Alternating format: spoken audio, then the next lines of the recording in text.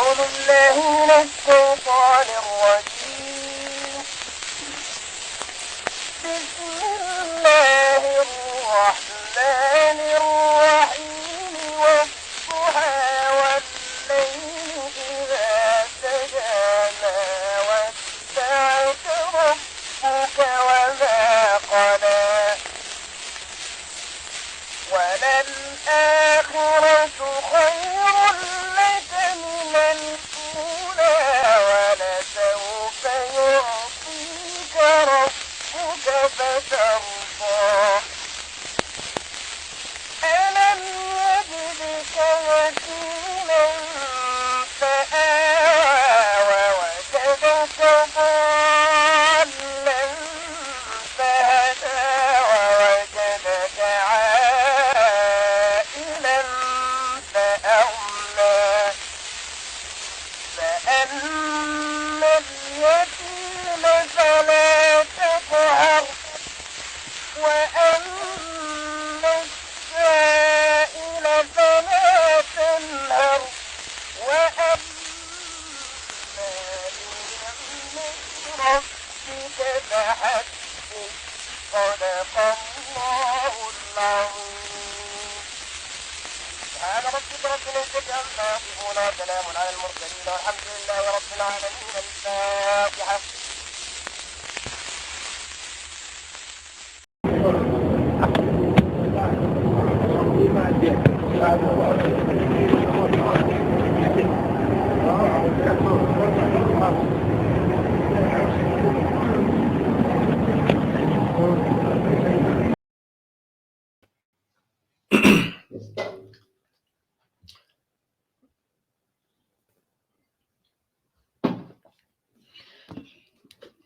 Now, أعوذ بالله من الشيطان الرجيم. Peace be upon you, ladies and gentlemen. Assalamu alaikum.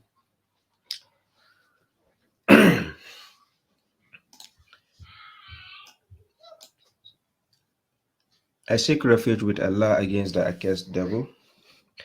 وَمَنْ أَحْسَنَ قَوْلًا مِمَّنْ دَعَا إِلَى اللَّهِ وَعَمِلَ صَالِحًا وَقَالَ إِنَّنِي مِنَ الْمُسْلِمِينَ. And who is better in speech than one who invites to Allah and acts righteous and says, indeed, I am of the submitters.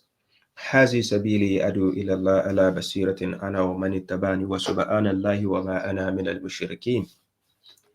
This is my way, I invite to Allah by perception, I and whoever follows me, and glory be to Allah, for I am not among the idolaters, that's the mushriks.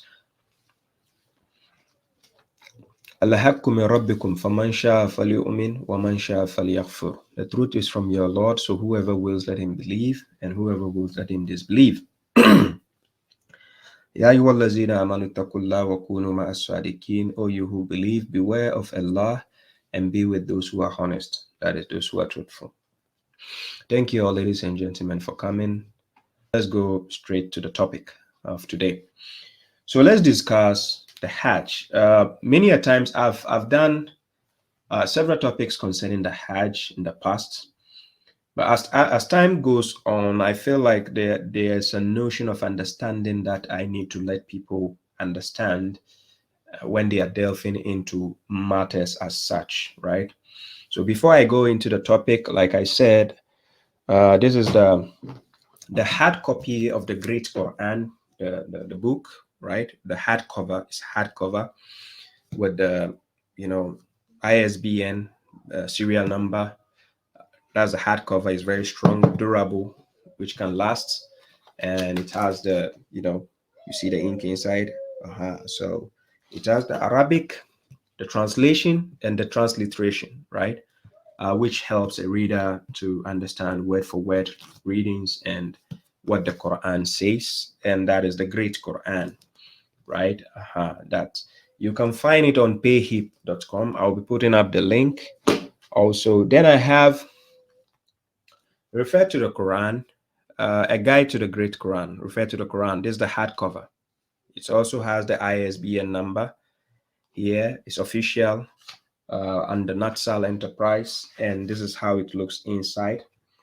And this book, actually, I made it. I did this book. I made this book before I actually translated the Quran. But then this is an update of it from last year, and This book aids you to understanding the Quran. This is what it does. It aids you to understanding the Quran. You find the words of the Quran inside here, and what this book does is to give you a guide as a guiding tool, a comprehensible tool, which helps you to break down topics in the Quran and subjects so that you can understand them as it is. It doesn't have any external views inside this book. It only has 60 pages, right? And it's available. For people who don't have the PDF, you can contact me. I can give you for free the PDF version. Yes, I can give you for free. You can read it on your phone. If you feel like having the hardcover, then I have the link above the page right now. Then you can get your copy. But those based in Ghana, because I'm working it out, is either have a way to get it spread out in Ghana in a different way. I'm doing my best. But those based in abroad, all overseas, all over Europe, US, other parts of the world, you can get the copy from the link I put above, right? And also those who contacted me direct, I will find a way to give you the link where you can get the copy as usual. And it's on offer as well, because I want the more people to get it as fast as possible so that they can actually. So far, I've had a lot of good feedbacks concerning how the book helps people. And mainly, basically, it does most of what I am doing. The lectures I come to do, this kind of book makes it easy for people to read and then approach the Quran in an easy fashion, right? So that is the purpose of the book. And part 2 will be available also very soon, which I'm working on it, inshallah. Ibrahim Babangida Nagan Kasalam. So let's move straight to the topic, right? As we started, I played some couple of videos concerning the Kaaba, the Hajj in the past, how, and this video I played was in the 1900s, right? It's very ancient, 1900s. They recorded it, and then I think CNN had it in their archives, right? So I was fortunate to find such a video, so I played it. And again, after that, I played another video whereby you saw some prominent people who entered into the Kaaba, right? They were inside it. Back in the days, they used to allow people to enter the Kaaba. They used to allow people to, when they go for the Hajj, they will allow you to enter the Kaaba and then to see inside. But then it got to a point they stopped doing that, you know? So this is what happens when unjust people take over and they are controlling something which belongs to mankind. Anyways, when we say Hajj, for whoever has read chapter 22, Surah Al-Hajj, right? Surah Al-Hajj. If you have read chapter 22, it talks about the Hajj. Now, to understanding the Hajj, which is a noun, right? The Hajj. Now, there's a difference between saying Hajj or Hajj and saying Hajj. Now, this Hajj, if you want to transliterate it, it is just H-A, not double A. If it becomes double A, then you're either talking about a pilgrim, somebody who does pilgrimage, a pilgrim, or then you're talking in a different sense as a verb, meaning to argue, right? So what people need to understand is if we are talking about words in Arabic, especially the Quran, one word can have multiple meanings, and some words might look the same or they might look similar, but they are not the same, right? So it will be deviance if you go to approach a particular word which you assume to be the same word, and it can cause a lot of issues.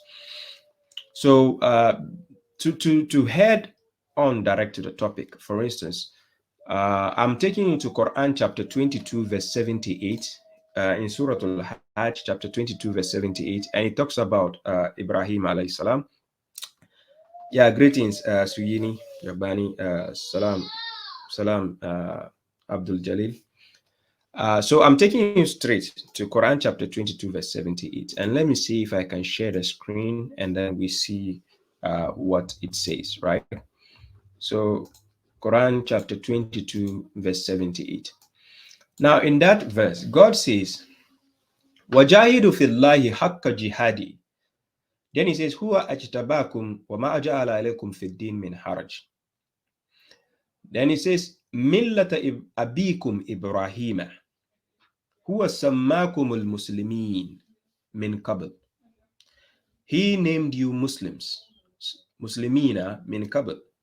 Then he says, وَفِي هَذَا لِيَكُونَ الرَّسُولُ شَهِيدًا عَلَيْكُمْ وَتَكُونُ شُهَدَاءَ عَلَى النَّاسِ فَأَقِيمُوا الصَّلَاةَ وَآتُوا الزَّكَاةَ وَاعْتَصِمُوا بِاللَّهِ هُوَ مَوْلَاكُمْ فَنِعْمَ الْمَوْلَى وَنِعْمَ النَّصِيرُ. Now, what the verse is telling us is to struggle for God. That is, struggle for God with the true struggle to Him, as it deserves to be struggled for, right? You struggle, you strive. You can strive, you can struggle. So here, the jihad here is not about fighting. No, it's not about fighting. So then God says, Huwa ajitabakum, Huwa jitabakum. He is the one who has chosen you. He selected you. وَمَا جَعَلَ عَلَيْكُمْ فِي الدِّينِ مِنْ حَرَجٍ. And He has not placed upon you any difficulty in the deen. He has not placed upon you in the deen any difficulty. Min haraj, right? Anything of guilt, anything of difficulty. Then now the deen consists of millata abikum Ibrahima. It is the creed of your father, that is your ancestor Ibrahim. It is the creed of your ancestor Ibrahim. So here clearly tells us that Arabs are the descendants of Abraham as well, whilst the children of Israel are the descendants of Abraham as well. Do you see here? So one of the reasons why I played that video concerning the Kaaba in the beginning, you saw the people, they showed you their pictures. They look black, they look dark. They were dark-skinned, right? For people who didn't get to see it, when you play back this video later on, you get to see what I'm saying. You see them dark-skinned. Until date, we have typical Arabs who are dark-skinned, right? So originally, Arabs were not white-skinned as you see them today. It is as time goes on, they start changing. They change, right? They mingle with other races and then it becomes a different color. But typically, Arabs are dark-skinned. They weren't white-skinned. So Abraham was the great grandfather of both the children of Israel and then the Arabs. So abikum, then he says what? Huwa sammakum al-muslimina min qabl. He is the one who named you Muslims before. For whoever wants to know where Abraham named us Muslims, you can check Quran chapter 2 verse 128 to 129. He supplicated to God and told God to raise up a submitting nation, right? A Muslim nation. And he himself tagged himself and his son Ishmael as Muslims to God, right? Muslimin. They were both Muslims to God, submitters to God. So he named the descendants as what? Muslims. So that's why we have Muslims mentioned today. Then God says, وَفِي هَذَا لِيَكُونَ الرَّسُولُ شَهِيدًا عَلَيْكُمْ. And concerning this, the messenger will become a witness over you. Now he's talking to the believers. And remember, at that time, not this time, at that time, he will be a witness over his people when he was chosen as a messenger. Because when you read Surah Al-Yasin, chapter 36, you start from verse 1 downwards. He says, Yasin wal Quran al-Hakim, innaka lamina al-mursalin ala sirat al-mustaqim, tanzilan min aziz al-rahim, litunzira qawman ma unzira abahum fahum gafilun. So he was chosen as a messenger within some people. As Quran chapter 62 verse 2 says, Huwa allazi basa fil ummiyina rasulan minhum yatlu alayhim ayatihi wa yuzakkihim wa yuallimuhum al-kitaba wal hikma wa in kanu min qabli lafi dalalin mubin. Chapter 62 verse 2. So he was raised among the unlearned ones. And unlearned ones meaning they never learned any scripture from God, according to Quran chapter 34 verse 44, right? The Arabs never received any scripture from God. Never, ever, right? Nor did they have any messenger sent to them before. So now a messenger has been sent to them. Now this messenger, he will serve as a witness over them. And that is why on the day of judgment, Quran chapter 25, verse 30, he will come and say, Qala Rasuli ya Rabbi, inna qawmi ittakhazu hadha al-Qur'ana ma'ajura. Oh, our Lord, my people have taken this Quran as abandoned. They abandoned the Quran, and it's evident, it's obvious. We see what is going on today in the world, and also concerning this Hajj we are talking about. So now, the messenger will serve as a witness over his people. Then his people who have also been with him and who are now available, who we got the Quran from them, because now we found the Quran through them, they will serve watakunu shuhada ala nas. Now they will serve as witnesses to the people because they bore witness to whatever the messenger brought to them. Now they will serve witnesses to the people, right? Then God says, "Fa'akimus salata." So then establish the salata, wa'atu zakata, and then give the zakat. Then he says, "Wa'atasimu billahi." So that you have to what? Stick to God. You have to stand by God. Stick to God. Hold on to God, right? Huwa maulakum, and he is your what? Wali. That is, maula is like your master, like your guardian, somebody who is there for you when you need an ally. So he will be there for you. That is God. Fanima al-Mawla wa nima al-Nasir. So he is a wonderful, or like say an excellent wali, that is Mawla, helper, guardian, and he is the best or wonderful helper. So now this is Quran chapter 22, verse 78. I just read to you as it is. Now, when you program these verses I just read down, you get to understand that the deen we are following, even though it comes from God, yeah, I'll be talking about that, Mahmoud Dauda. Yeah, salam tikas, salam Nazir. Even though the deen is from God, in the dina, in the light Islam, Quran chapter 3, verse 19, in the dina, in the light Islam. But what we practice in the deen is called the creed of Abraham, Millata Ibrahima, Hanifa. He was an orthodox person. He was truthful to what he does. He is up to standard, right? So we are following his footsteps, meaning the creed, the system, his principles of beliefs. That is what we are following in order to practice the deen of God. So that is why God mentioned in Quran chapter 22, verse 78, that he is our ancestor. So he is the one who named us what? Muslims. Min qabl, that is before.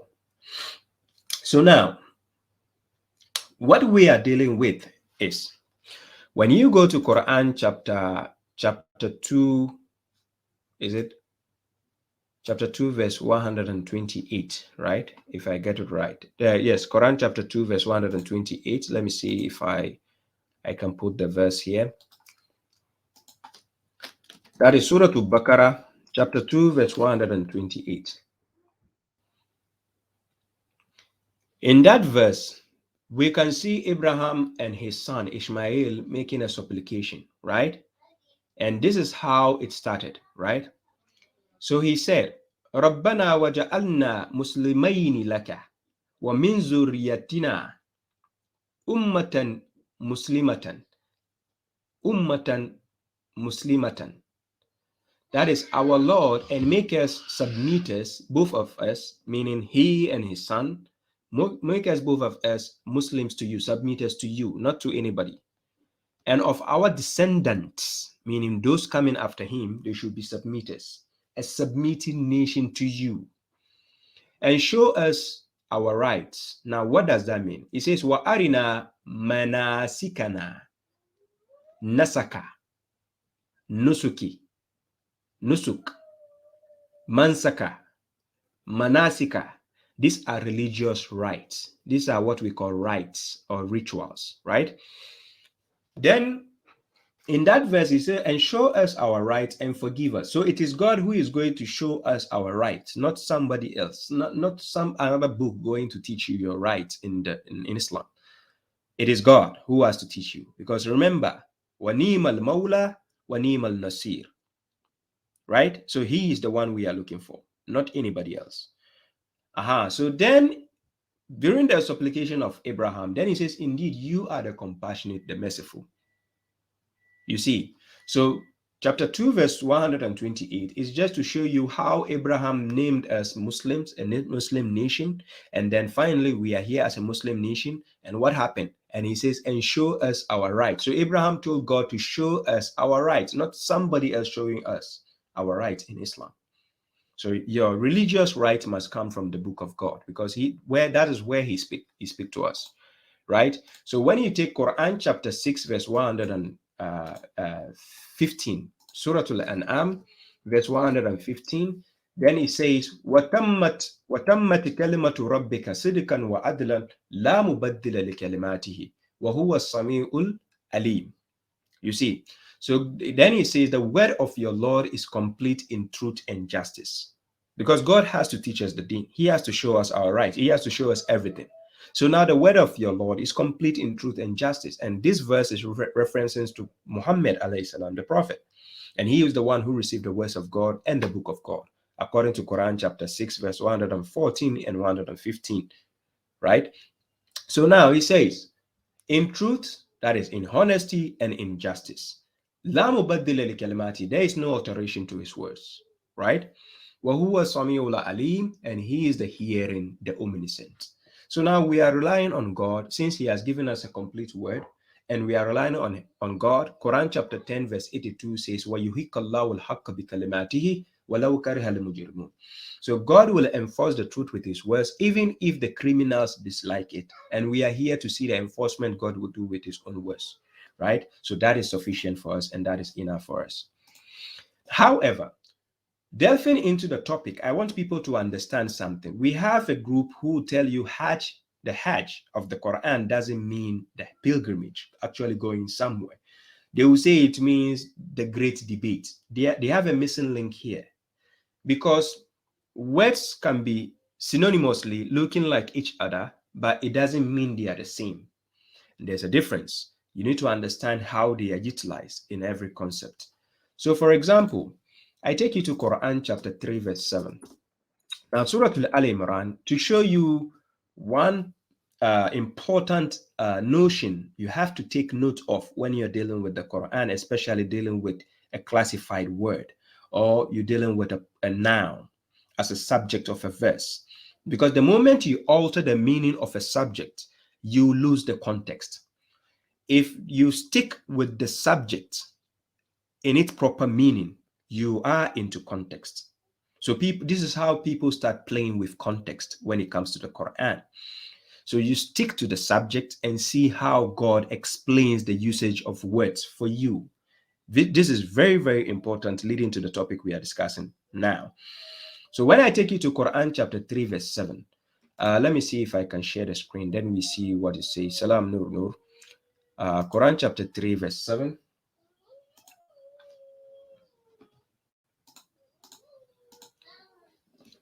Now, Quran chapter 3, verse 7 says, هو الذي أنزل عليك الكتاب منه آيات محكمات هن أم الكتاب وأخر متشابهة فأما الذين في قلوبهم زيغ فيتبعون ما تشابه منه ابتغاء الفتنة وابتغاء تأويل وما يعلم تأويله إلا الله والراسخون في العلم يقولون آمنا به كل من عند ربنا وما يذكر إلا أولي الألباب. Now, what is this verse telling us? This verse is very essential when you are dealing with the verses or the signs you see in the Quran. You don't rush into conclusion to take it in similarity. They might look similar, but they are not the same. So God says, "Huwa allazi anzala alayka al-kitaba." He is the one who has revealed the book to you. That is Muhammad alayhi salam, right? Then God says, "Minhu ayatum muhkamat." Muhkamat here means something which is precise, something which is in perfection, which can be used for judgment, right? Muhkamat, right, in a plural form. So this ayatun are in plural form. It's a plural form. Then muhkamat is in a plural form. So he's talking the plurality of signs that you see in the Quran. So they are very precise and they can be used straight to the point. That is why Quran chapter 5 verse 44, verse 45, verse 47 says, وَمَنْ لَمْ يَحْكُمُ بِمَا أَنزَلَ اللَّهُ فَأُولَٰئِكَ هُمُ الْكَافِرُونَ هُمُ الْفَاسِقُونَ هُمُ الظَّالِمُونَ. So whoever does not judge by what God has revealed, then he is a disbeliever, he is an immoral person, and he is a transgressor. So among the verses of the signs you see in the Quran, some are precise to the point and can be used for judgment, muhkamat, right? Then God says, Hunna ummul kitab, and they are the main source, they are the source of the book. When we say ummu, something which is a main thing, which is the source of everything, which is the origin, which is the mother, right? So here in this context, the ummul is the source of the book. That is the main source of the book. Then God now says, wa ukharu mutashabiha. And this mutashabihatun is also in plural form. So telling you the other verses are also in plural form, which means they are similar. When we say tashabaha, or we say shabaha or shabiha, that means something which resembles or similar to something. They are similar but not the same. Put that in the back of your mind. They are similar but not the same. And I'll give you some examples. For instance, when you go to the Quran, you find words such as Malik Yawmiddin. The word Malik and Malik are not the same. So when you go to Surah An-Nas, it says, Kul a'udhu bi rabbin nas. Then it says Malikin Nas. In that verse, it says Malikin Nas, king of mankind. When you come to chapter 1, Surah Al-Fatiha, it says Maliki Yawmiddin. It is different from saying Maliki Yawmiddin.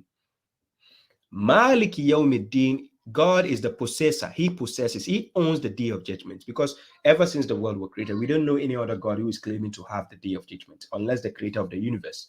He owns it. So he is the owner of the day of judgment. But when you go to Surah An-Nas, it is talking about a king of mankind, right? He's talking about king, Malik. Even though they are coming from the same root word, they are not the same, but they might be similar words, but they are not the same. This is what people should understand, not the same. You see, then again, we have the example of the word hikmah. When you take the bilarakat, hakama, as a verb, hakama, it means to judge, to be wise, to be precise. You understand? As a verb. But then out of that word, we can get what we call hukuma. Hukuma becomes a judgment. Now, when we say hukuma, it's different from saying hikmah. Now, what is the changes here? I will show people why I'm explaining this part. Salim, yang kurikana kuwa, please. Kabar kuwa. Aji. Okay, let me put this part so people will understand what I was hinting at, right?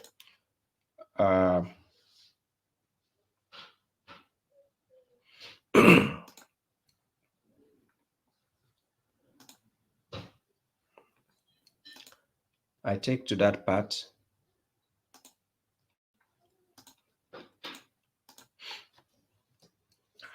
You see, we have hikmah and we have hukuma. Do you see here?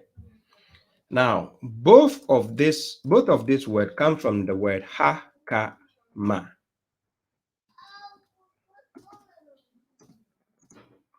Both of these words up there, it comes from the word hakama.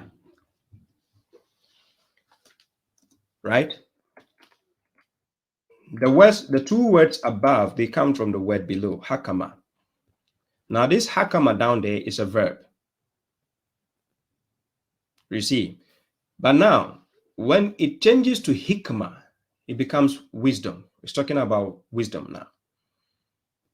When it comes to hukuma, it's talking about judgment.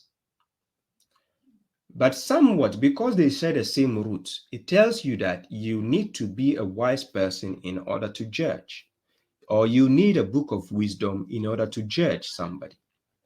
Because you don't expect a fool to be a judge over somebody. You see? But even though they look alike, but you can see there's a difference. The upper one says hikmah, which in Arabic we will have the hair and the kasra. Then we have the down one says hukma, which will still have the hair, and then we have the dumma on top of it. But the root stays the same. You see, it's the same structure. They are similar, but not the same. There is a difference, and they mean two different things. They are not the same thing. And you find such things in the Quran.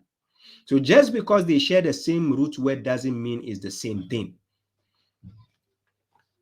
I hope you get what I mean. And again, the next example is Hajj. We have Hajj, right? We have Hajj. Then we have Hajj, like this. You see? Let me see if I can get the Arabic letters here. If I put it, people get to what I'm saying, so that it can be easier to break that part down, right? Pardon me, ladies and gentlemen. Let me see if I can do this. I hope this network doesn't give me any problems. Let me see. Okay. Okay, this will be a bit slow.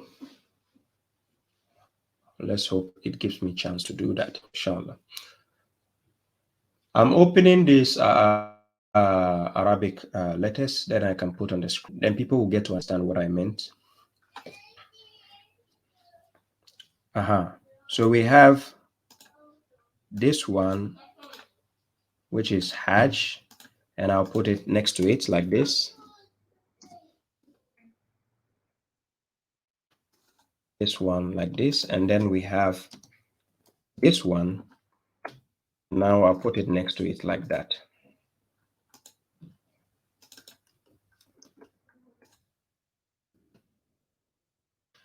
Now, you see what I put on the screen. The first one above, this Hajj above, the one I've highlighted, this is what we are discussing today, Hajj. This is the pilgrimage, right? But like I said, when a word becomes a subject, you have to stick with the subject in order to understand the context. This down below, this upper one is a noun. It is a noun. So I put N next to it, right? It's a noun. Then the one below, we cannot use a definite article right now next to it because we need to understand which word is. It's a verb. This one is a verb. You see, this is a verb. But then in some context, this particular Hajj you see here can serve as a what? What we call in Arabic a doer of a noun or of a verb. Or we can say, what word can I use? Or we can say ismul fa'il. Or we can say a noun of a verb, or doer of a noun, or doer noun. We can use such words. So I'll give you some examples where you can understand this. So when we say Hajj, we are talking about this first one, which is a noun, the pilgrimage. This one. And when we say Hajj, this one, Hajj, as a verb, we are talking about argue. So somebody will ask, what is the noun version of the one below? The noun version of the one below, it becomes arguments. This argument, we can say hujjah. When it becomes a noun, it will become hujjah as a noun.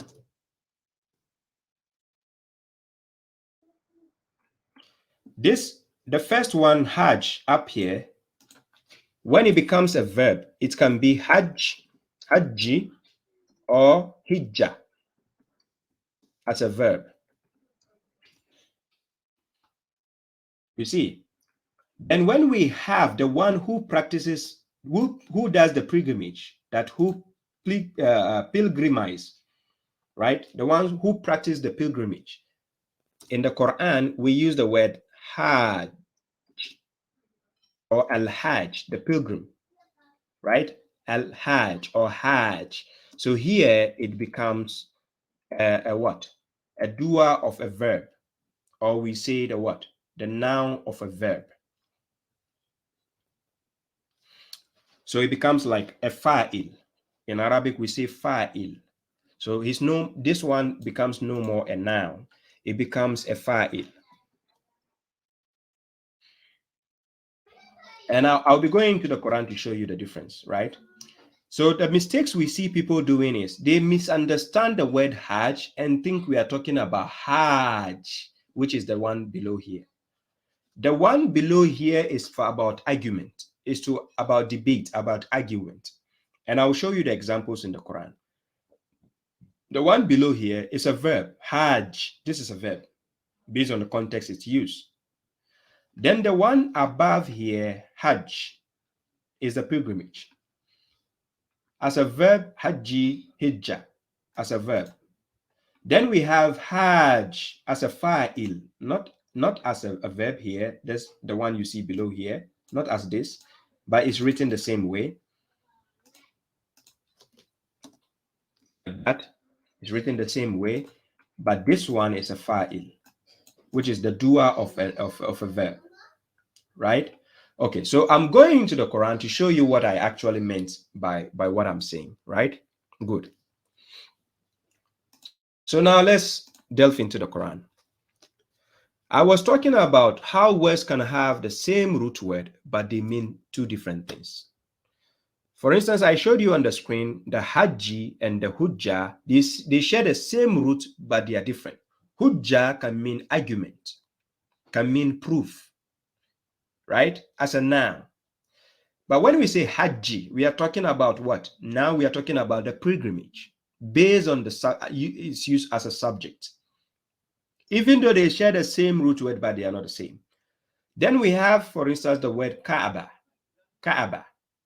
The Kaaba normally has Tau Marbut at the end. The Tau, which looks like the one with the two horns. The word Ta at the end with the two horns.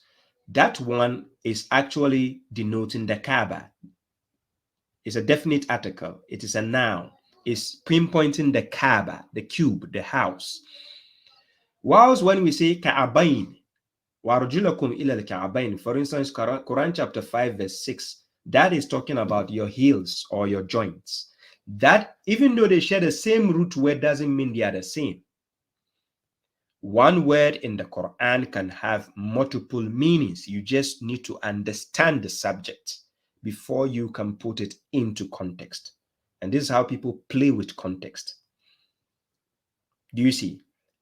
So what I'm hinting at is based on Quran chapter 3 verse 7. Some of the signs of the Quran are similar, but they are not the same. Just because they are similar doesn't mean they are the same. They are different. You see? So now, where can we find the Hajj I'm talking about to be argument? When you go to Quran chapter 2 verse 200 and let me put it here. Let me put it on the screen.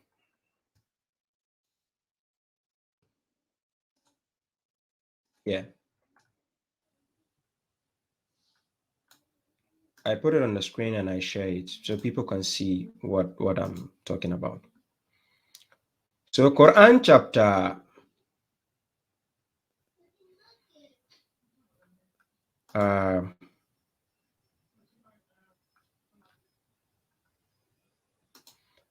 here.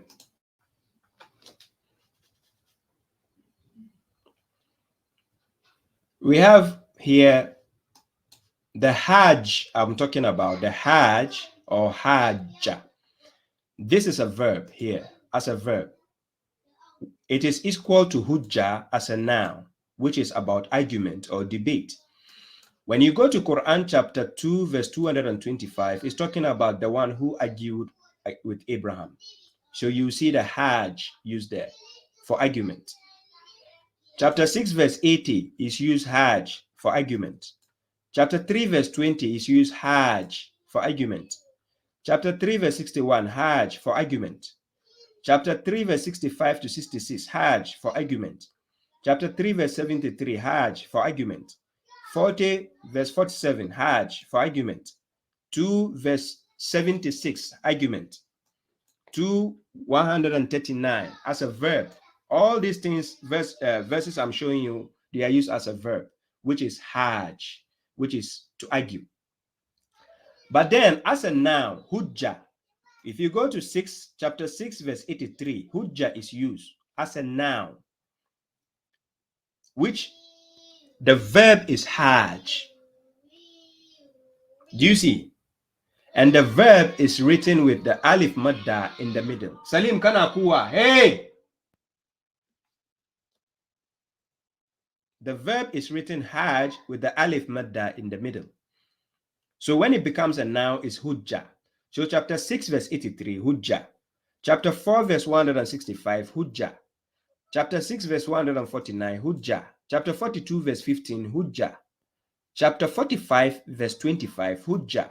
As a noun, they are all used as a noun. Now, what I want people to understand is, in one verse, chapter 42, verse 16, it has been used both as a verb and a noun. So let me help the people to understand what I mean.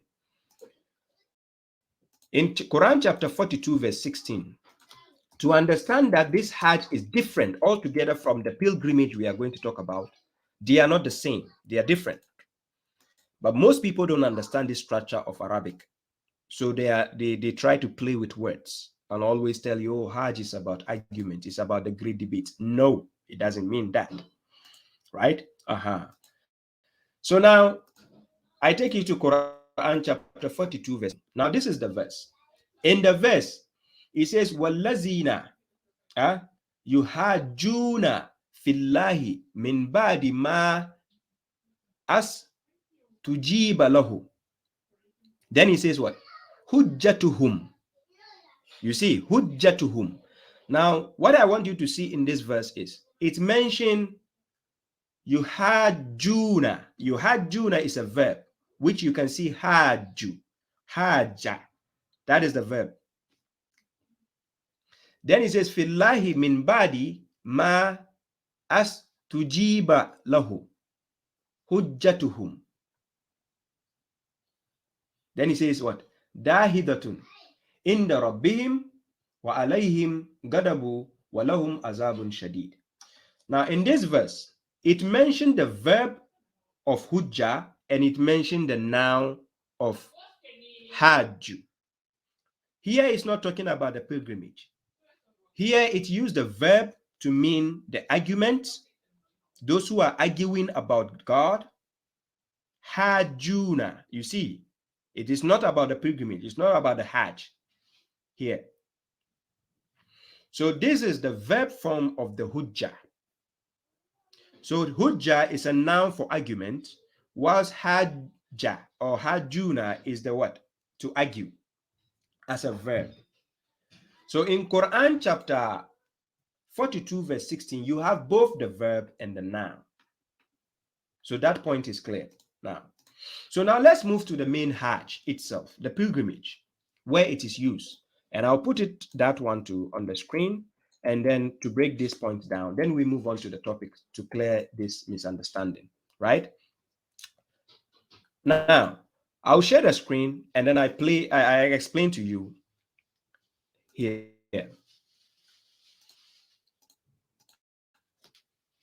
Now I'm sharing the screen. This is actually we are going to talk about the Hajj itself, the pilgrimage here in this. Now you can see Hajj.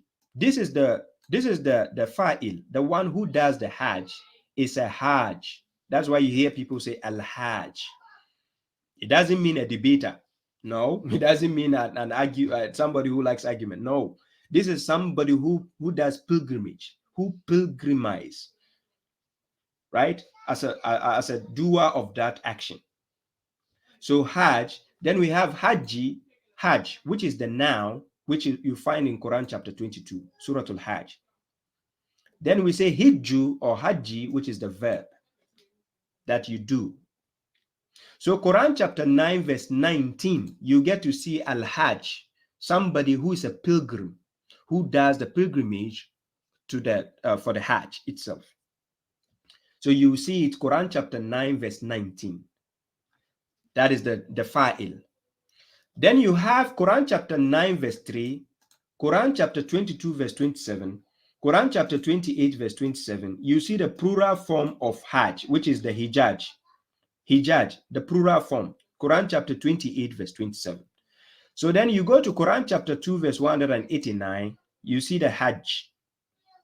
Quran chapter 2, verse 196 to 197, you see the Hajj. But here it is a noun. It is not talking about debate or argument. It is about pilgrimage, a journey to a sacred place. That is the Hajj here. So those are used as a noun in these verses I just mentioned. So Quran chapter 3, verse 97 and Quran chapter 2, verse 158, they are used as a verbal noun, or we can say as a verb,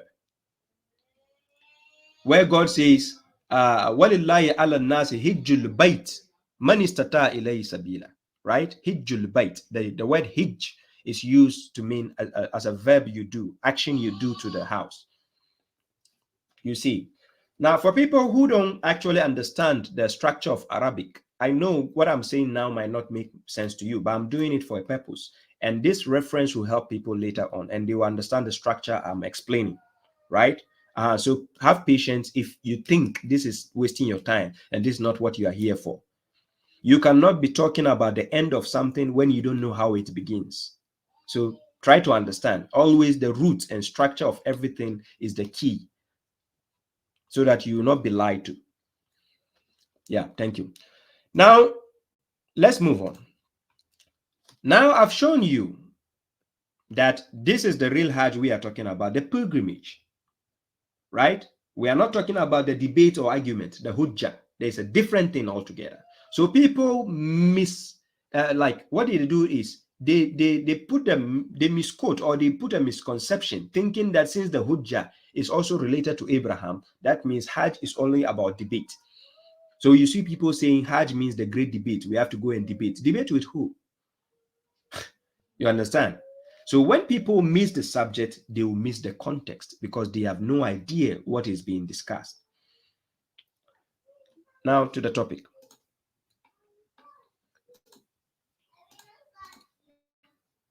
Good. Now, first of all, people will tell you that they say shaving after Hajj.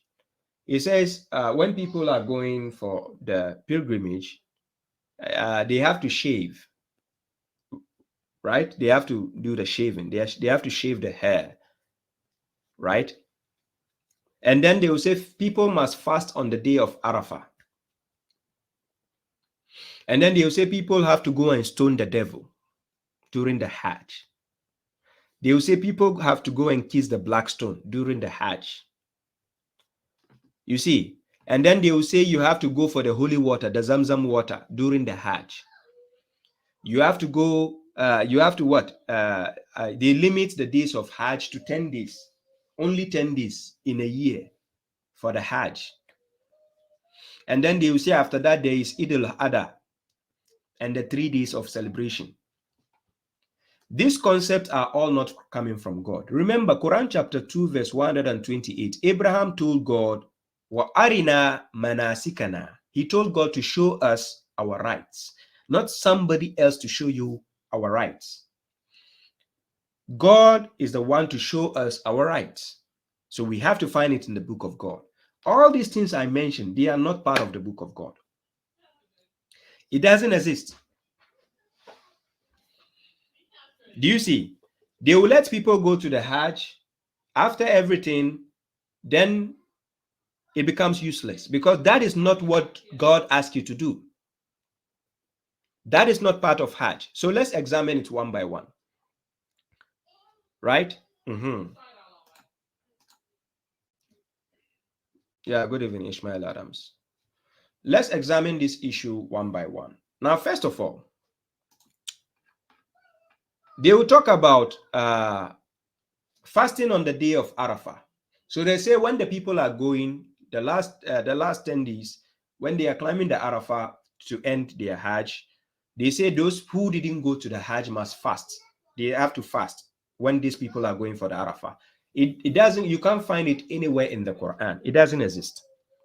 However, what you find is when you go to Quran chapter 2, verse 196. Quran chapter 2, verse 196. In Quran chapter 2, verse 196, what God spoke about concerning the abstinence, the fasting, right? God says, فَمَنْ لَمْ يَجِدْ فَصِيَامٌ ثَلَاثَةِ أَيَّامٍ فِي الْحَجِّ وَسَبْعَةٍ إِذَا رَجَعْتُمْ تِلْكَ عَشَرَةٌ الْكَامِلَةٌ ذَلِكَ لِمَنْ لَمْ يَكُنْ أَهْلُهُ حَاضِرِ الْمَسْجِدِ الْحَرَامِ وَاتَّقُوا اللَّهَ وَاعْلَمُوا أَنَّ اللَّهَ شَدِيدُ الْعِقَابِ. What God is saying is, for those who go to the Hajj, to perform the Hajj, whoever is not capable of doing the Umrah during the Hajj, and then he's not capable of doing the what? Hadi, that is the Hadaya, or we say the sacrifice, right?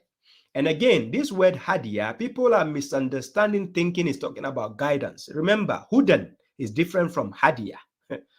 And this is not a verb. This is a noun. Al-Hadi is a noun. Like I said, words can share the same root word, but they are not similar. They might be similar, but they are not the same. So Hadiyah is different from Hudaya or Huda. It's not talking about guidance. Here is talking about the sacrifice, the animal sacrifice. And I'll be coming to that. So now God says, whoever is not able, when he goes for the Hajj and is able to complete to get the provision for the Umrah, and in order to complete the Hajj, then whatever would be easy for him of the Hadiyah, that's the animal sacrifice. Then now God says, فَمَنْ لَمْ يَجِدْ فَصِيَامٌ ثَلَاثَةِ. Then he says, ثَلَاثَةِ أَيَّامٍ. Then whoever does not find the means to do the sacrifice there, then he should do what? He should fast for 3 days. You see, during the Hajj, fil Hajj. Then now God says, وَسَبَعَةٍ إِذَا رَجَعْتُمْ. Then 7 days more when he returns back home. He should do the 7 days. Now this is the interesting part. 3 fasting there and 7 when you go back home. So that becomes 10 days. So this 10 days, God says, تِلْكَ عَشَرَةُ الْكَامِلَةِ. Let me share the screen so that people will see what I'm seeing. Right?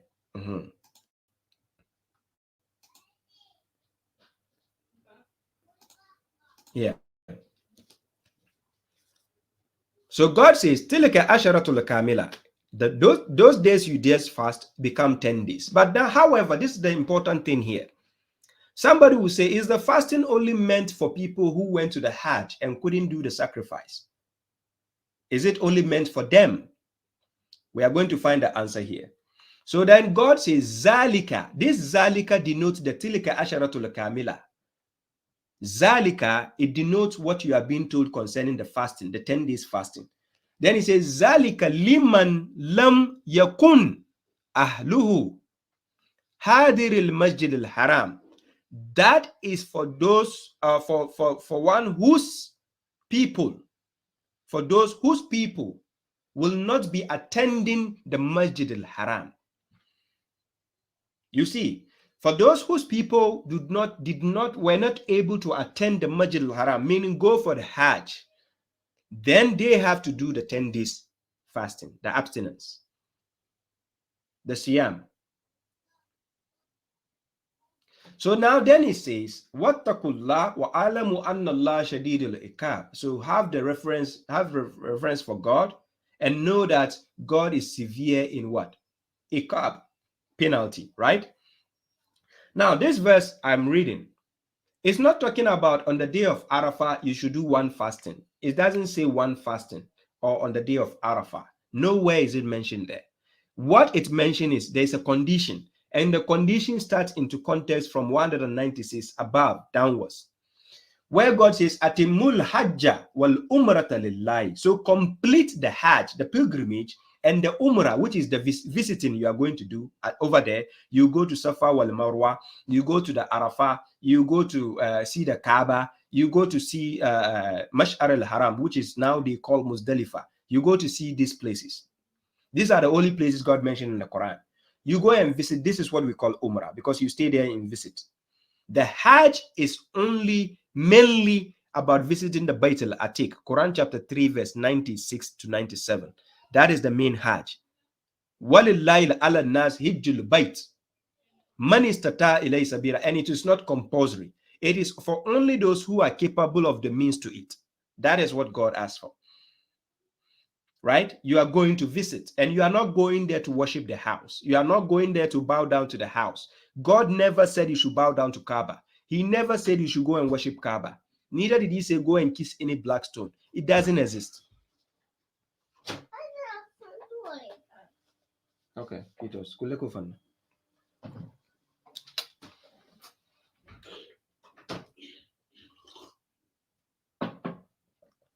You see? So now you are not going there to kiss anything. So the Hajj, the main Hajj is based, you find it in Quran chapter 3 verse 96 to 97. وَلِلَّهِ عَلَى النَّاسِ حِجُّ الْبَيْتِ مَنِ اسْتَطَاعَ إِلَيْهِ سَبِيلًا. And for God, upon the people is the what? Pilgrimage to the house. You do the pilgrimage to the Bayt al-Atiq to visit. Now, as for the Safa wal Marwa, you are going to do, and going to Arafah, and going to Mashair al-Arham, that is what they now call Muzdalifah. Those places are only part of the Umrah you are going to do, the visiting. I'll break that down so that people will understand what I meant. And why you do the Hajj, I'll explain. So Tilka Asharatul Kamila, those 10 days are for those whose people will not be attending the Masjid al-Haram. Those 10 days are for you. You will do the fasting, and then you stand as the chance of the one who was not able to do the animal sacrifice, and also what? Do the Hajj. That is what it denotes there. So there is nothing like the day of Arafah you have to do a fasting. It doesn't exist. Now somebody was asking me a question that, can I perform Hajj for a deceased person, for my mother who is deceased, for my father who is deceased? Can I do Hajj on behalf of them? No, you can't. It doesn't work like that. You can't do Salat for a dead person. You can't do any other act for a dead person. Somebody will say, okay, what if my mother leaves me money and I decide to do Hajj for that? She will get she is already getting the reward for leaving the money as a will for you, or as a what we call wasiya, as a will for you. It's not now that you're going to do something and then you hear people say, oh, I have to do investment for the dead so that they can be getting the blessings. When you are dead, your file is closed. Nothing coming, nothing going, because you are already secured. You are going to paradise when you are a believer. So what do you need extra blessings for? Ladies and gentlemen, help me out here. What do you need further blessings for when you are already been told by the angel that you are going to have paradise? Quran chapter 41 verse 30. Inna allazina qalu rabbuna Allahu thumma istaqamu tatanazzalu alayhim al-malaikatu alla takhafu wa la tahzanun wa abshirul bil jannati allati kuntum tu'adun nanu awliyaukum fil hayati ad-dunya wa fil akhirah. So when you are a believer, the angels will already tell you are going to paradise. So what else are you saying? Oh, my mother left money, so I have to go Hajj for her, or I have to do zakat for her, or I have to do salat for her, so that it will do what for her? Ladies and gentlemen, let's say we are writing exams and they say I need to get 70% to pass my exams. Then whilst they are marking my papers, then I got 70%. Please, what do I need the extra percentage coming for in order to be happy to pass my exams? No, I don't need that. That becomes useless because I already know I've passed. So the extra things they are going to mark is of no use. So this is why there is no intercession which will be accepted for a dead person. Quran chapter 2 verse 48. if you like, intercede for a dead person anyhow you want. It doesn't work. So you cannot do any Hajj for a dead person. Islam doesn't work like that. Right? Say, oh, somebody is dead, but I'm doing Hajj on behalf of them. Stop fooling yourselves. Don't do that. Right? So that's the 10 days Siyam, abstinence, I've explained. Then we have the stoning of the devil. When they go for the Hajj, they stone the devil. And why is the issue? They say because Abraham did it. Gabriel told Abraham to stone the devil. Stone him here, stone him there, take the pebbles, stone him here. Look at how they are fooling each other in their garbage hadiths. One of their hadiths, according to their hadith, which is found in Sahih al-Bukhari, book, that's Sahih al-Bukhari 1685, and you can find it in Sahih Muslim also 1282. It says the prophet was seated. He seated Al-Fadl behind him on his mount, and Al-Fadl said that he did not stop reciting the talbiyah until he stoned the jamra. When they say the jamra, it means the place where they go to stone the devil. You see, so you think the devil will leave places like America, Russia, Ukraine, or Finland, and he go and base in Saudi Arabia because he's useless and he's homeless and he lacks common sense. He go and sit there for you, the dumbest person, to come and stone him. Somebody who was able to mislead your great-great-grandfather, Adam. He lied to Adam, manipulated Adam. This entity will go and sit in Saudi Arabia. Do you think he and then you will go to the Jamra and go and stone the devil. Do you see how much people are dying there? Do you see how people are dying on that place, in that place? So according to the hadith, another instance, they say Abdullah narrates that he came to the largest Jamra and put the house on his left, and put the house on his left and Mina on his right, and stoned it with 7 pebbles. And he said, this is how the one to whom Surah Al-Baqarah was revealed, blessings, peace and blessings be upon him, stoned it. Stoned what? He stoned the devil. Good. Sahih al-Bukhari 1748. And you find it in Sahih Muslim to 1296. According to them, they say the prophet did it because he was stoning. So they are also doing it. You see how foolish people think. You don't examine the book of God to see what God is teaching you. These garbage things, you don't find it in the book of God. God never asked you to go and stone the devil. Stoning the devil. You stoning the devil. How come since how many years you have been doing, the devil is never dead? Hello? You've been stoning that wall, saying you are stoning the devil, and the devil is still alive.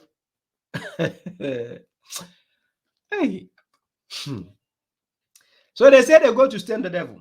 This is what they got it from, their hadith. And it doesn't come from God. It's not in the Quran. God never showed us this ritual to do. This is not the right in Islam. Now, kissing the black stone. Where did they get the notion of kissing the black stone from? This black stone we are talking about is narrated in what? You find it in Sahih al-Bukhari 1597. The book reference is book 25, hadith number 83. Now the hadith says, narrated Abis bin Rabi'ah. He says, Umar came near the black stone and kissed it and said, no doubt, I know that you are a stone and can neither benefit anyone nor harm anyone. Had I not seen God's messenger do kissing you, I will not have done it. You see the foolishness. So according to this garbage hadith, they are saying Umar saw the prophet kissing it. That is why he also went to kiss it. You see how sheep act. He never questioned it. He never asked for proof. Because he saw somebody doing it, he went to do it without actually questioning. Why are you kissing it? No question. Because he saw somebody do it, he went and did it. Quran chapter 17 verse 36 says, وَلَا تَخَفُ مَا لَيْسَ لَكَ بِهِ عِلْمٌ إِنَّ السَّمْعَ وَالْبَصَرَ وَالْفُؤَادَ كُلُّ أُولَٰئِكَ كَانَ عَنْهُ مَسْئُولًا. Do not pursue that of which you have no knowledge. Then he says, Inna sama'a wal basara wal fu'ad kullu ulaika kana anhu mas'ula. Indeed, the hearing, the eyesight, and the mind, all those will be held accountable thereof. So then out of foolishness, you go and follow something you have no knowledge. Just because somebody is kissing, you go. Now look at, I wonder how much corona people will get going to kiss that stone. Because on one spot, you can see about 1,000 people kissing it, go, kissing it, go. What do they get from that? I don't understand. Where did God ask you to do this rubbish? It doesn't exist in Islam. But because Sahih Buhari said it, you agree and you go to do it.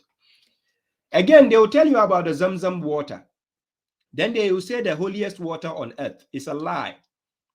It is never mentioned in the Quran. There's nothing called Zamzam in the Quran. Neither does he say they have Saudi Arabia has the holiest water on earth. It doesn't exist. What God told us in the Quran is that when you go to Quran chapter 25, verse 48, God says, He is the one who sends the winds as good news before His mercy, and we send down pure water from the sky. He didn't say the pure water is found on earth. He sent the pure water from the sky. That is tahura. Tahura, pure. He sends pure water from the sky. He didn't say Zamzam water is the pure water. You concocted that for yourselves. Again, Quran chapter 50, verse 9.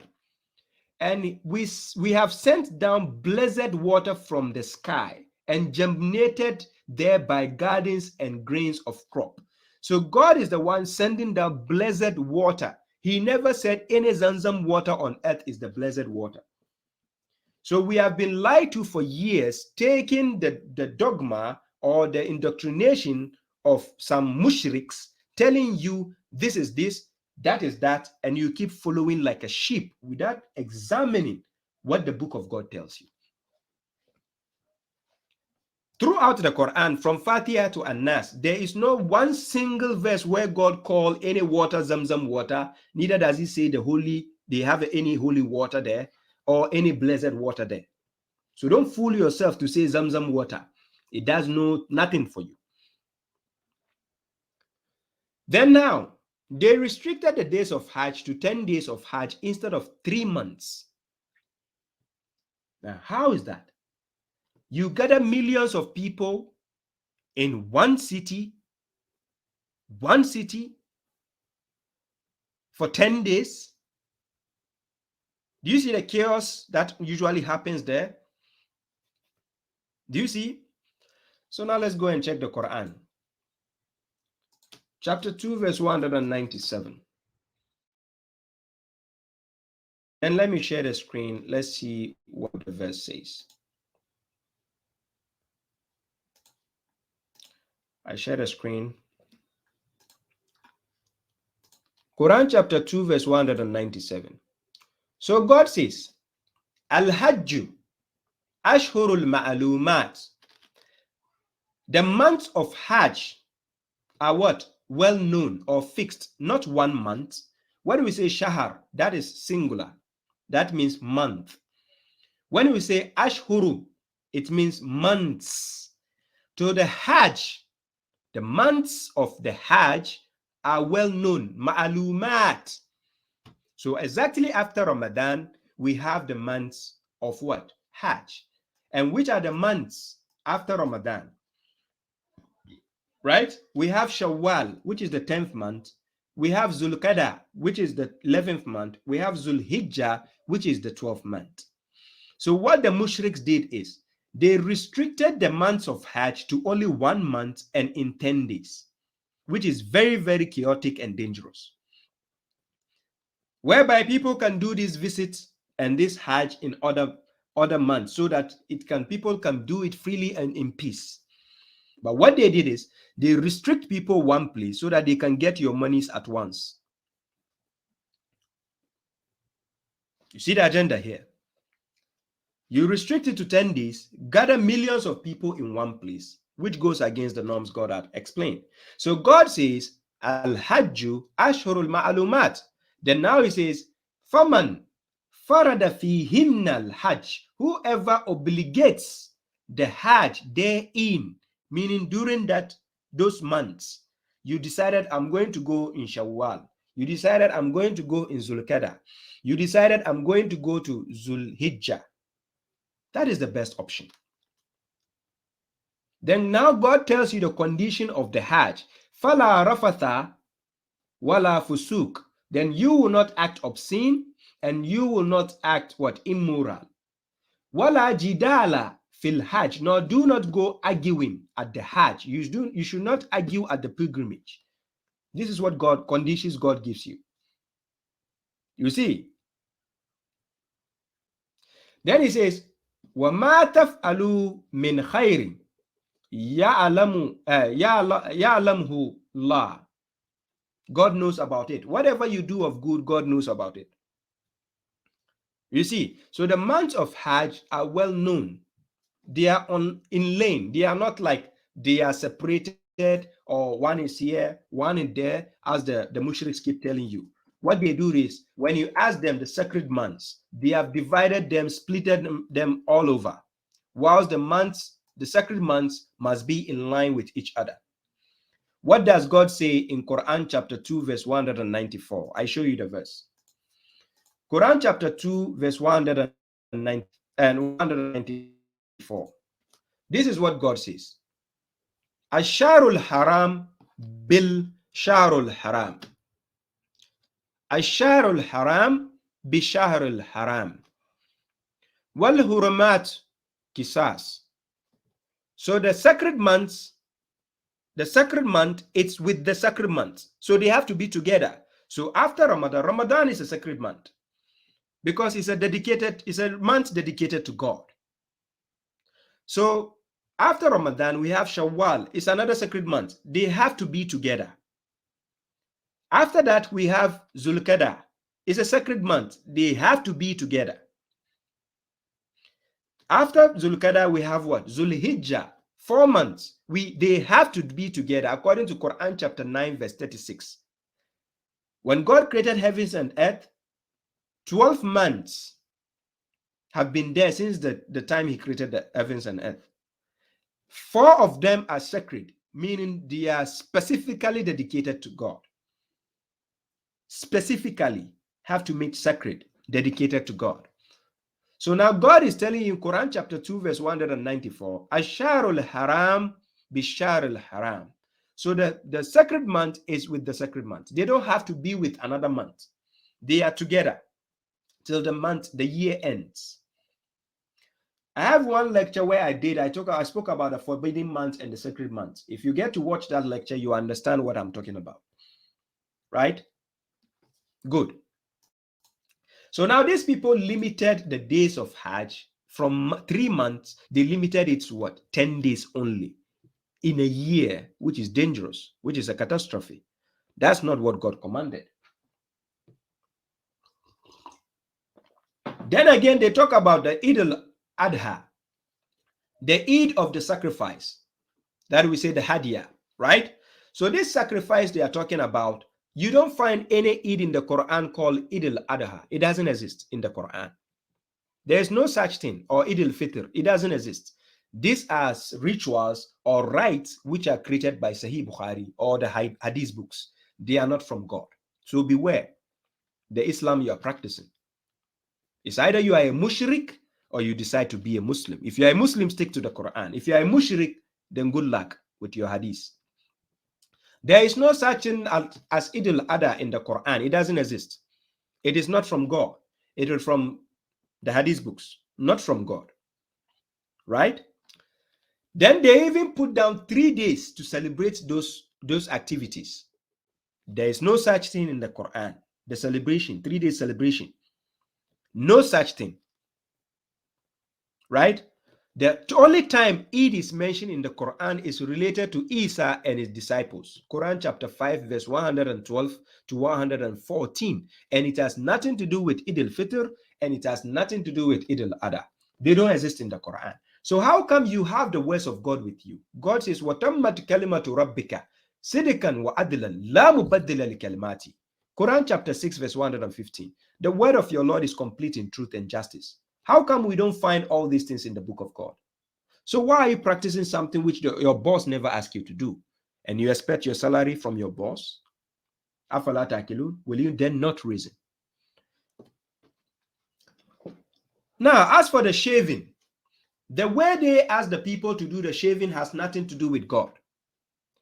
The way they ask the people to dress, to wear the white clothes, has nothing to do with God. I'm not saying it's a bad thing, but it has nothing to do with God. God never commanded anybody to wear white towel around you. He never asked that. Quran chapter 7 verse 31. God says we should take our adornments to every masjid we go. So that place, the Masjid al-Haram, is also a masjid. There's a masjid there. So why wear any white thing? And then they'll tell you, oh, the rich people and the poor people are all equal. You are lying to yourselves. When the princes and the kings are there, do you think you are the same as them? Go and see the Saudi prince. There was a year whereby the Saudi prince was passing with his convoy. People have to die because of that. He was dressed in a different way. He wasn't dressed the same as you. You think you are equal to who? You let the mushriks like to you for nothing. Allah. So about the shaving of the head, the way the hadith told you to do is not part of Islam. That is not how you have been told to do. Concerning the shaving of the head, when you go to Quran chapter 2, verse 196, I'm going to tell you what the verse says.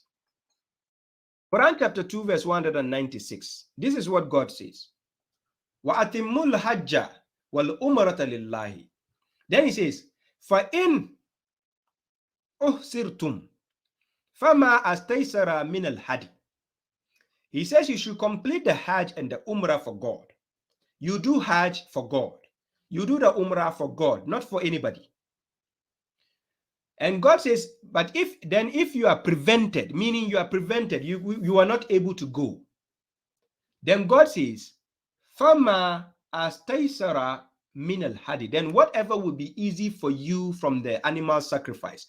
And when we say the animal sacrifice, I'll be reading to you to understand what the animal sacrifice is about, right?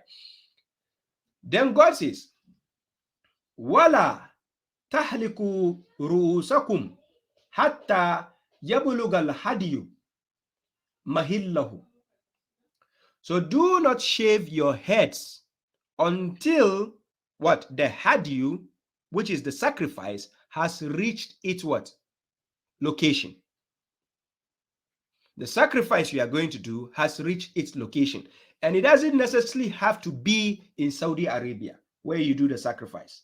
Wherever you are based, because when you do the animal sacrifice, those animal sacrifice, you are going to give it to people to eat. Those who are miserable, those who are rich, those who are poor, anybody can eat. After it's reached its location whereby people have benefited from it, you can now shave your head. Remember, it's a rite, it's a ritual, it's a spiritual thing.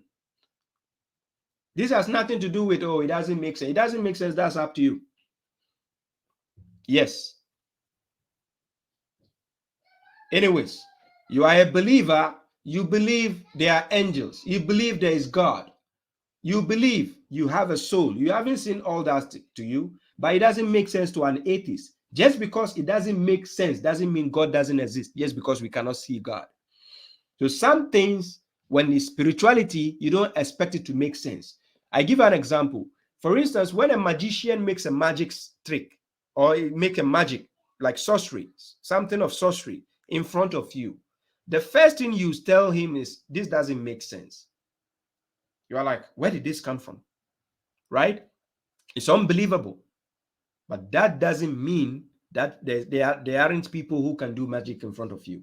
Same goes with the concept of spirituality. When something you are doing in connection with God, right? It might not make sense to other people, but that doesn't necessarily mean you are not speaking the truth or it's not the truth. Do you see what I mean? Good. So Quran chapter 2 verse 196. The only time God commanded the shaving of the head, it is about the animal sacrifice. After the animal sacrifice has reached its location, if you are based in the country, let's say you are based in Ghana, and you did the animal sacrifice, and you have shared the meat, you have distributed the meat to reach the people. After you have distributed the meat, then you can go and shave your head. Somebody will say, how should I shave my head? That's up to you. Then God says, as for the shaving of the head, then he says, فَمَنْ كَانَ مِنْكُمْ مَرِيضًا أَوْ بِهِ أَذًى مِنْ رَأَسِهِ. Whoever among you is sick, or with him is an injury to his head, then God says what? Fidyatun min siyamin. Then you ransom by doing the what? A fasting. That is the abstinence. Or you give charity, sadakatin. Or you do a rite, a ritual, nusuk. That is for God. So this is all spirituality. This has nothing to do with why would God ask me to do this? It doesn't make sense. I don't have to do that. That's up to you. Remember, Quran chapter 18, verse 29, God says, Al-haqqu min rabbikum, faman sha'a falyumin, wa man sha'a falyakfur. The truth is from your Lord. Whoever wills, let him believe, and whoever wills, let him disbelieve. What I'm doing is telling you exactly what the Quran says. Anybody says I'm lying, please, my phone number is up there. Inbox me, contact me, let's arrange a live dialogue. I'll bring you on. Come and prove me wrong. Simple. That's all I ask for. Simple. Good.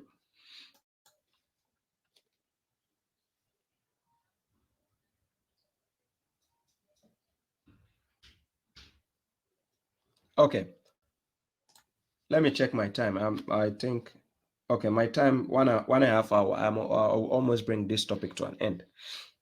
You see, So now I'm going to read these verses to let people understand the notion of the Hajj according to the Quran, right? Now, when we go to Quran chapter 22, verse 25 to 37, I'm going to read those verses. Then I'll explain to you what God says. Why are we supposed to do the Hajj, and what is the reason behind it, right? So let me see if I can share the screen.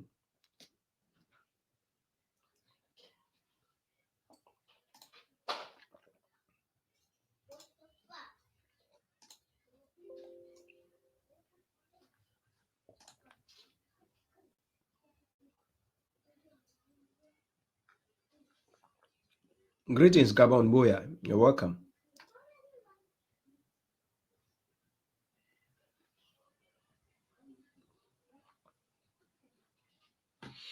Okay, for those who are asking questions, let me highlight your questions. I'll be answering you on time, right?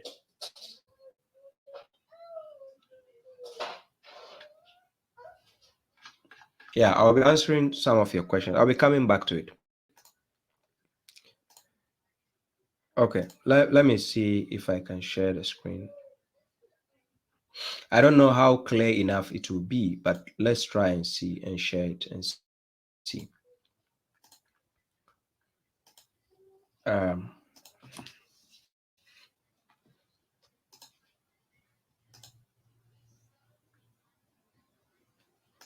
Yeah, before I share the screen, usually when people go for the Hajj, right, they don't allow you to go inside the house, the Kaaba, and see it.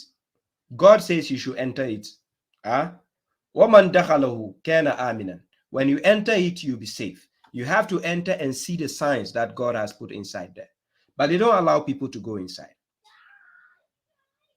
Right?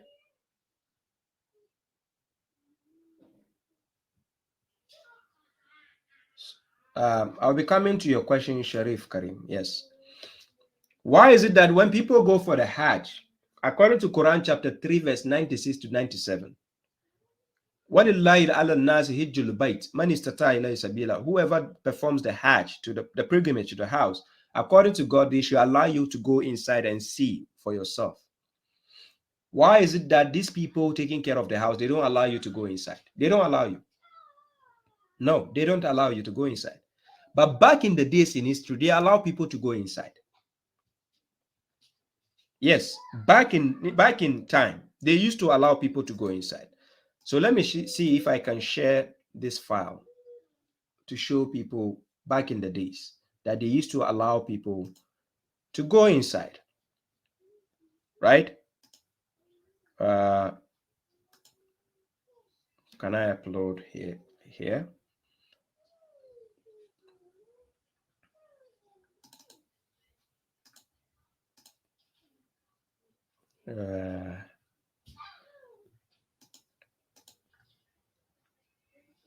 Okay, no, let me use a different means here.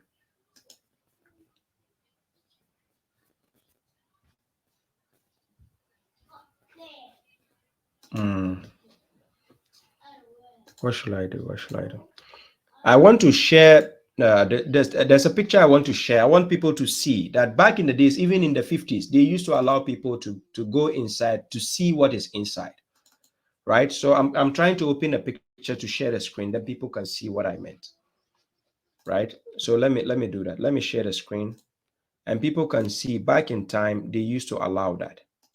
So I go here and share the screen.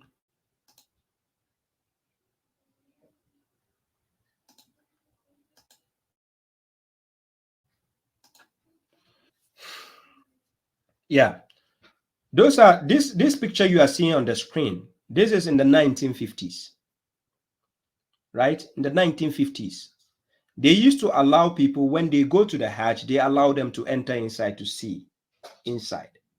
They used to allow people, and this is exactly what God commanded for, instructed. Quran chapter 3 verse 96 to 97, right? So what happened now, when people go for the Hajj, they only make you go and bow down to the house and worship the house. They've changed the concept. They only let you go and bow down to a stone and worship the house, when you are only supposed to go there for sightseeing and visit. As a visit, you go and see the place, just like people go to museums and visit. That is all you are going for. But what happens? Things have changed. You see that there's a problem, right? And again, let me see if I can put another picture here.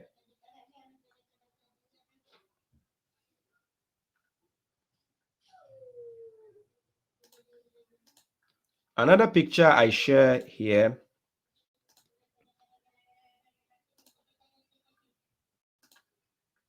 is this one.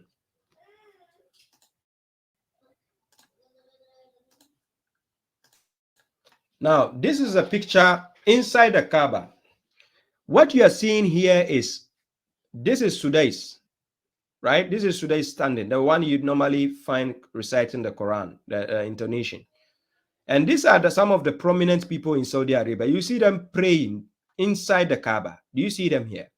All of them here. They are praying inside the Kaaba. And you come and tell people that we are all equal when we go to these places. You are not equal to them. Ask yourself, why don't they allow you to enter same way as, and this person is even wearing his shoes inside the Kaaba. And you see the foolish mushriks going to bow down to this house to worship it. Where did God ask you to worship this building, to bow down to this building? Huh? Did God ask you to bow down to this building? But you find the mushriks going to bow down to the building, and then they will tell you, oh, we are not worshiping the building. We are only going there to visit and kiss and do this and do that. You have been duped and lied to in your deen, but you don't know, because you refuse to study. You refuse to learn. So this is how the mushriks will be playing with your conscience. You see, you've been pushed far away from the truth. Now, I'm going to play a video by Yasir Kadi, and then you see what he said from his own mouth, and we are going to replicate the same statement against him to show you how some mushriks don't pay attention to what is going on today in Islam. You've been lied to, you've been duped to think that when you go to Saudi Arabia and you go for Hajj, you are equal to everybody. It's a lie. You are never equal to everybody there. So stop deceiving yourselves. Right? So let me play Yasir Kadi's video. Zoroastrians, from our perspective, they worship fire. Now, I say this, Zoroastrians don't agree with what I said. They would say we're not worshiping fire. And from their perspective, they don't consider it worship. From our perspective, when you present offerings and you bow down and you consider fire to be holy and whatnot, we call this ibadah.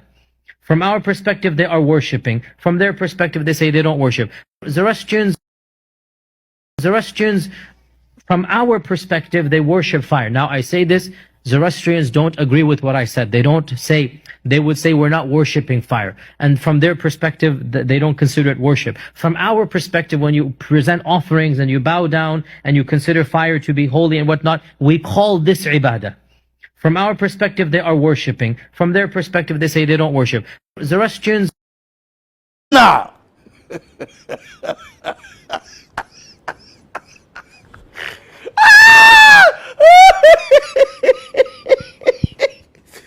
No.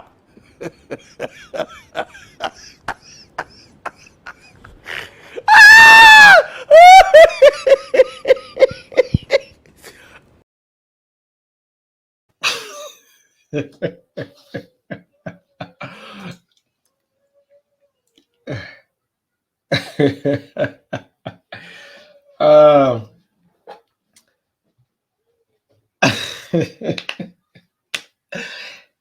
you heard what Yasir Kadi said, right?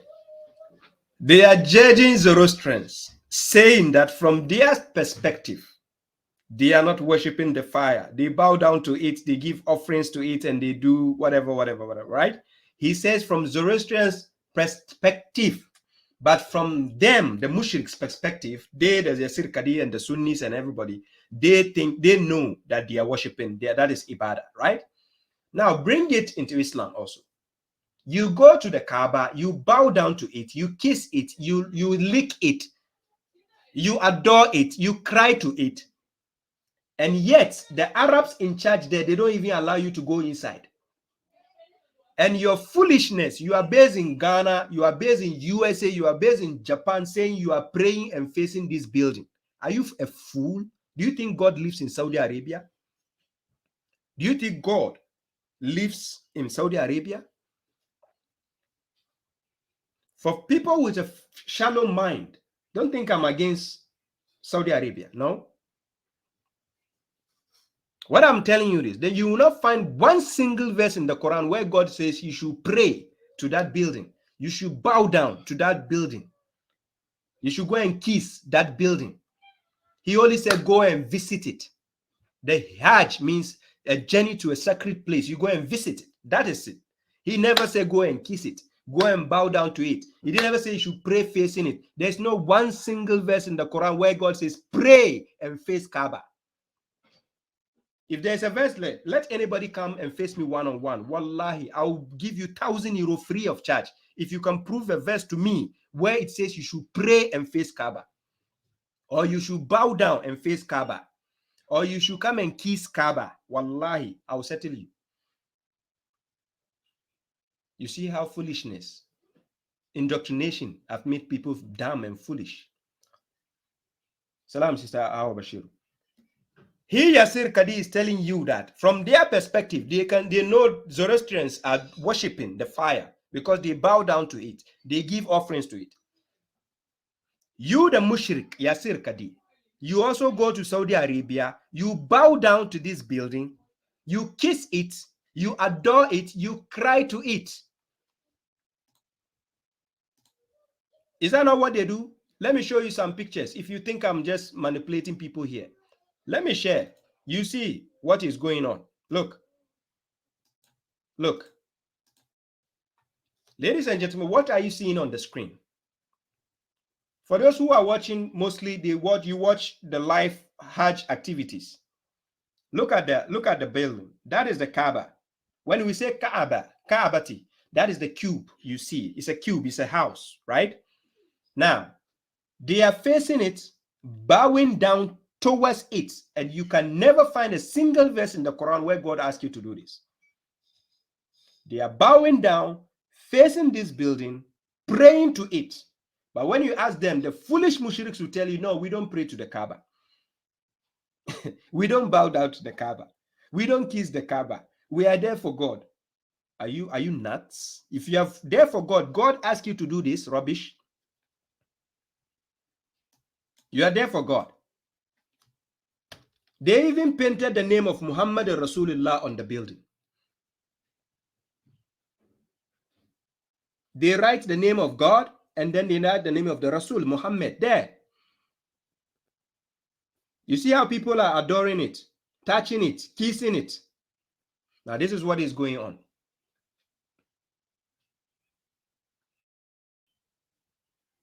You see, that is what you have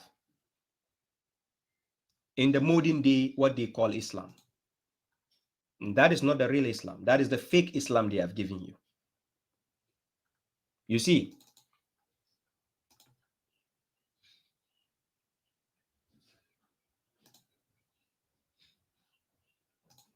okay. Now, what people refuse to realize is you have been fooled for years and you've been lied to. Yes, you've been fooled for years and you've been lied to. Right? What your scholars do, they bite their fingers in rage when they watch me, Shoaib Abdul. When they watch me, they are disgusted. They wish I could just die. They just don't want to tell you, because I'm secretly watching them. I will sue any scholar I see saying ill and mentioning my name. Let them, I dare them. I will sue them and use them as a scapegoat. If they know they are telling the truth, they should come and face me face to face. Let's battle it out. And let's see how the world has been fooled for years. If you are working in a company and you are doing what your boss never asked you to do, you are working the way he didn't ask you to do you expect that boss to pay you your salary? He has to better sack you and fire you. Yes. Salam Muqtabi Hussein. Yes, it's true. As Muqtabi Hussein, he has been there. He knows what is going on. Yeah, the Hajj becomes a great festival of mushriks. It's a festival for them. You understand? Hajj is a concept of a journey that you do to a sacred place just to go and visit. God mentioned the Masjid al-Haram. We all know masjids are dedicated for God. Kaaba is a Bayt al-Haram. It is standing for the people. Quran chapter 5 verse 97. Quran chapter 5 verse 2 talks about the Masjid al-Haram and the Bayt al-Haram. What you do is they are sacred place. You go for visit. That is all. You go and visit. It's just like a student who is studying science and they take you to the science museum. You go and visit just to see some artifacts, some histories. You understand? Which haven't happened in the past, so that you go and witness for yourself. Now, for people who are telling you, oh no, that Kaaba there is wrong, it's not based in Mecca, it's not based there, it's not based there, that's their opinion. Like I said, I've watched, there's a documentary called Dan Gibson. For anybody who thinks I'm just deviating the people, I'm up there. Call me, let's have a public dialogue. I'm not here to play with people's conscience, right? Quran chapter 48 verse 24, you read up to verse 27. It mentioned Masjid al-Haram and it mentioned Mecca there. Ask any person that where is Mecca based in this world right now? Mecca, ask him, where is it based? Is it based in, where are you going to say? Some people will say something like Lebanon or Jordan. They are mentioning some places. God says, do not pursue that of which you have no knowledge. That is it. I have knowledge of what I do. You want to prove me wrong? Please contact me. I'll bring you live like this. Live. Yes. That is what I want, because I want, if I'm lying, people, the public will see me that I'm a liar. Simple. If I'm telling the truth, I want the public to see. Because God says, Ja al-haq wa zahaq al-batil inna batil kana zahuqa. The truth has come and falsehood will vanish. Right? So this is what I do. The mushriks are playing with your faith. What you see, the Islam they give you today is not Islam. This is the mushrik Islam they give you. The Hadithiyun mushrik Islam they give you. So somebody asked me, what about celebrating Eid? Eid, is it haram? No, it is not haram. But going to do the Salatul Eid, that is haram, because God never gave you that. If you say Prophet Muhammad went to the skies to go and bring 5 salats, I'm asking you a question, mushriks. The 5 salats he went to bring, was Salatul Eid inside? Was Salatul Janaza inside? Was Salatul Jumu'ah inside? Was Salatul whatever you have? Was it part of it? Apart from the 5 salats. Where did he get them from? Who gave them to you? You understand? You are being fooled because you refuse to pay attention to the words of God. Simple. Quran chapter 6 verse 114. Shall I seek a judge other than God, while he is the one who has revealed to you the book explained in detail? Mufassala. Shall I seek a judge? No. So if God is going to judge me, the book he has given me, which is explained in detail, is what I deal with. Right? So I'm going to read some verses before we end. Quran chapter 22 verse 25. I'm going to read to verse 37.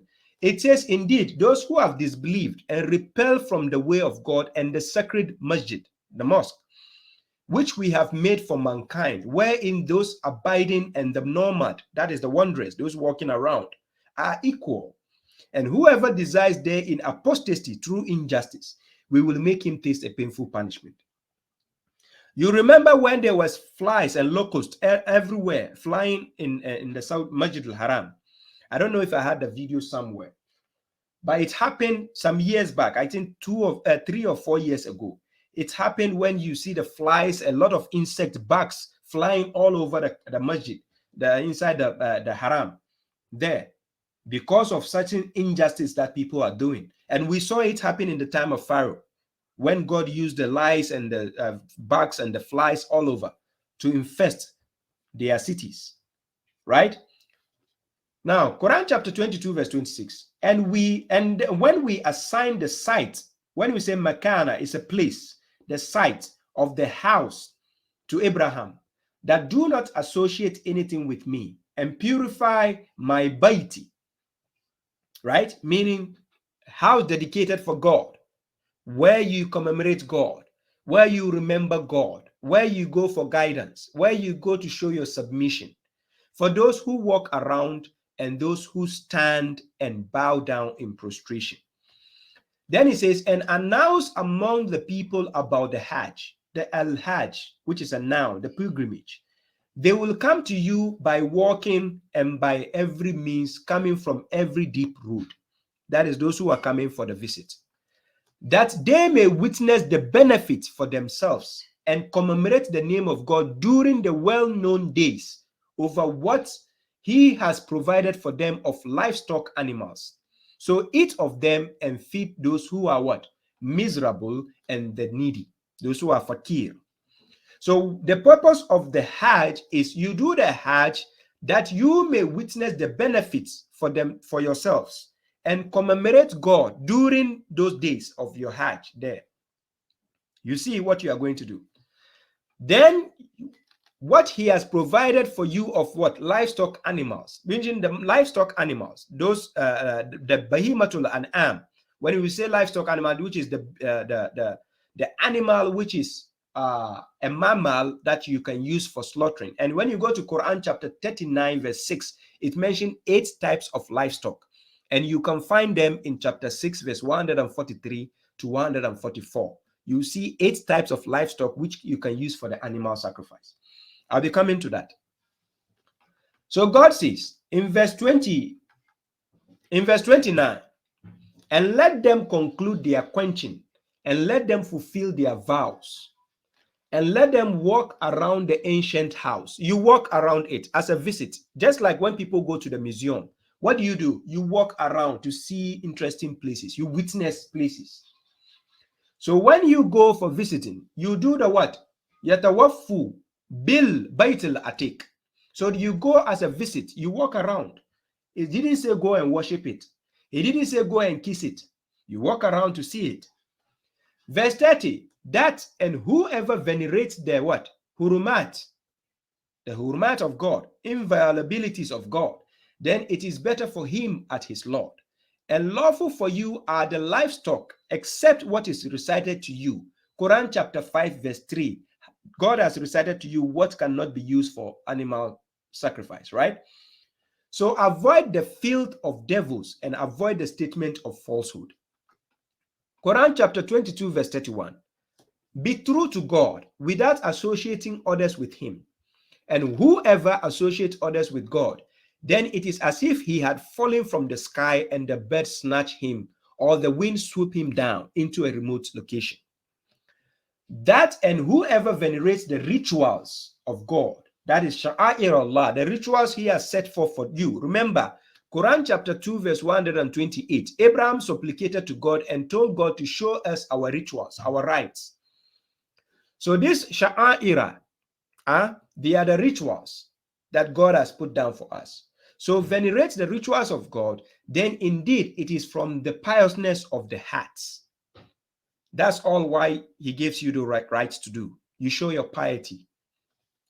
Verse 33, for you are benefits in them, fiha, meaning the livestock animals, right? For a fixed term. Then their location is at the ancient house. That is for people who are going to that place to do their Hajj. Then the animal sacrifice is done so that people can eat. They will eat and drink. After that, then they perform their Hajj. They do their visit. That is where the animal slaughtering will be done, and then the meat will be supplied there, right? Then verse 34, and for every nation, group of people, we have made right that they may commemorate the name of God over what he has provided for them of livestock animals. Thus, your God is one God, so submit to him and give good news to those who are humble. Verse 35, whom when God is mentioned, their hearts are fearful, and they are patient over whatever afflicts them, and they establish the salat and disperse from what we have provided them. Verse 36, and the livestock animals, that is, walbudna ja'alnaha lakum min sha'air Allah. That when we say budna, it's a what? An animal, a fleshy animal, right? A fleshy animal, type of animal. You find them in Quran chapter 6, verse 143 and 144. We have the camel, male and female, the cattle, male and female, the sheep, male and female, the goat, male and female, 8 types of livestock that God has given us in the Quran for animal sacrifice, which we have made for you, are among the rituals of God, the Sha'air Allah. There is good in them, fiha, for you. So mention the name of God upon them in rows when they are standing for the animal slaughter, right? And when they are falling on their sides, then eat from them and feed those who are content and those who are miserable. So the meats can be given to anybody, whether you are poor, whether you are rich, whether you are content, whether you are miserable, you can get a share from it. Thus have we subjugated them, those livestock, for you. Perhaps you will be thankful. That is why God didn't say you should go and slaughter the lion for the animal sacrifice. He never said go and slaughter the eagle for the animal sacrifice. He has subjugated such animals, the ones I mentioned in chapter 6, verse 143 to 144, those 8 types of livestock, they are meant for the sacrifice, right? So now, verse 37, God never attains their meat. When you slaughter the animals, God does not need the meat. The meat, you the people eat it. Nor their blood. The blood, you pour it away. He doesn't need that. But he attains the piousness from you. The piety of what he has instructed you as a ritual is what he attains from you. Then he says, thus has he subjugated them, those are the livestock, for you, that you may magnify God over what he has guided you. So give good news to those who are what? Benevolent. So these verses I've just read from verse 25 to verse 37 is to show you the concept of the Hajj. The Hajj includes animal sacrifice. It is not only about going to the Hajj to visit the places. You do the animal sacrifice. So the last but the least is to show you the structure of the Hajj, right? First of all, the structure, the main Hajj is to visit the Bait al-Atiq, that is the house. You are supposed to complete the Hajj and the Umrah. That is after Quran chapter 3 verse 96 to 97. The main purpose of the Hajj is to what? Visit the house, Bait al-Atiq. Then Hajj and the Umrah, you find it in Quran chapter 2 verse 196. You are supposed to complete the Hajj and the Umrah. The Hajj is the pilgrimage, the Umrah is the visit you are going to do, and all for God, not for anybody. Then the Hadiyah is also part of the ritual. The Hadiyah means the animal sacrifice you are going to do, which you find in Quran chapter 5 verse 1, where God says, oh, you who believe, fulfill the agreement Lawful for you are the livestock animals, except what is recited to you, not adorned for hunting, while you are in the state of what? Holiness, sacredness, right? Indeed, God decides whatever he intends. Then again, if you go to Quran chapter 22, verse 36 to 37, as I have read earlier concerning the budna, the livestock animal, the 8th type of livestock animals, Quran chapter 39, verse 6. When you go to 39, verse 6, it mentioned he revealed 8 pairs of livestock for you. Those are meant to be used for the animal sacrifice, which are mentioned in Quran chapter 6, verse 143 to 144. Right? Good. Now, when you take the notion of the Kaaba, you find it in Quran chapter 22, verse 27, verse 22, verse 29, as I've read. After enjoying the meat, whilst their animals have been slaughtered and you have enjoyed the meat, what you are supposed to do is now you go and visit the house. You can enter inside, you can walk around it based on Quran chapter 3, verse 97 and Quran chapter 22, verse 29. Then after that, Quran chapter 2, verse 158, the 5th steps, you have the Safa and the Marwa. Indeed, the Safa and the Marwa are among the rituals of God. So whoever makes a what? A pilgrimage to the house or the Umrah, the visit, there is no blame on him to walk around them both. If you go there, you have no blame when you go and walk around the Safa and the Marwa. That is the rock and the pebbles you see. You go and visit. You walk around to visit. And whoever volunteers well, then indeed God is grateful and omniscient. Then the 6th and 7th step, chapter 2, verse 198 to 199. There is no blame on you to seek favor from your Lord. So when you proceed from Arafah, now this is where they go to the Arafah. When you proceed from Arafah, then remember God at the what? Masha'ir al-Haram. That is the sacred place of ritual. When we say Masha'ir, that comes from the word Sha'ira. That is a Sha'ira or Sha'ira, which is a ritual or place of ritual. So the Ma is to give you the Ismul Makan. In Arabic, we say Ismul Makan, the noun of a place. So a place which is the sacred site. Now they call that place Muzdalifah.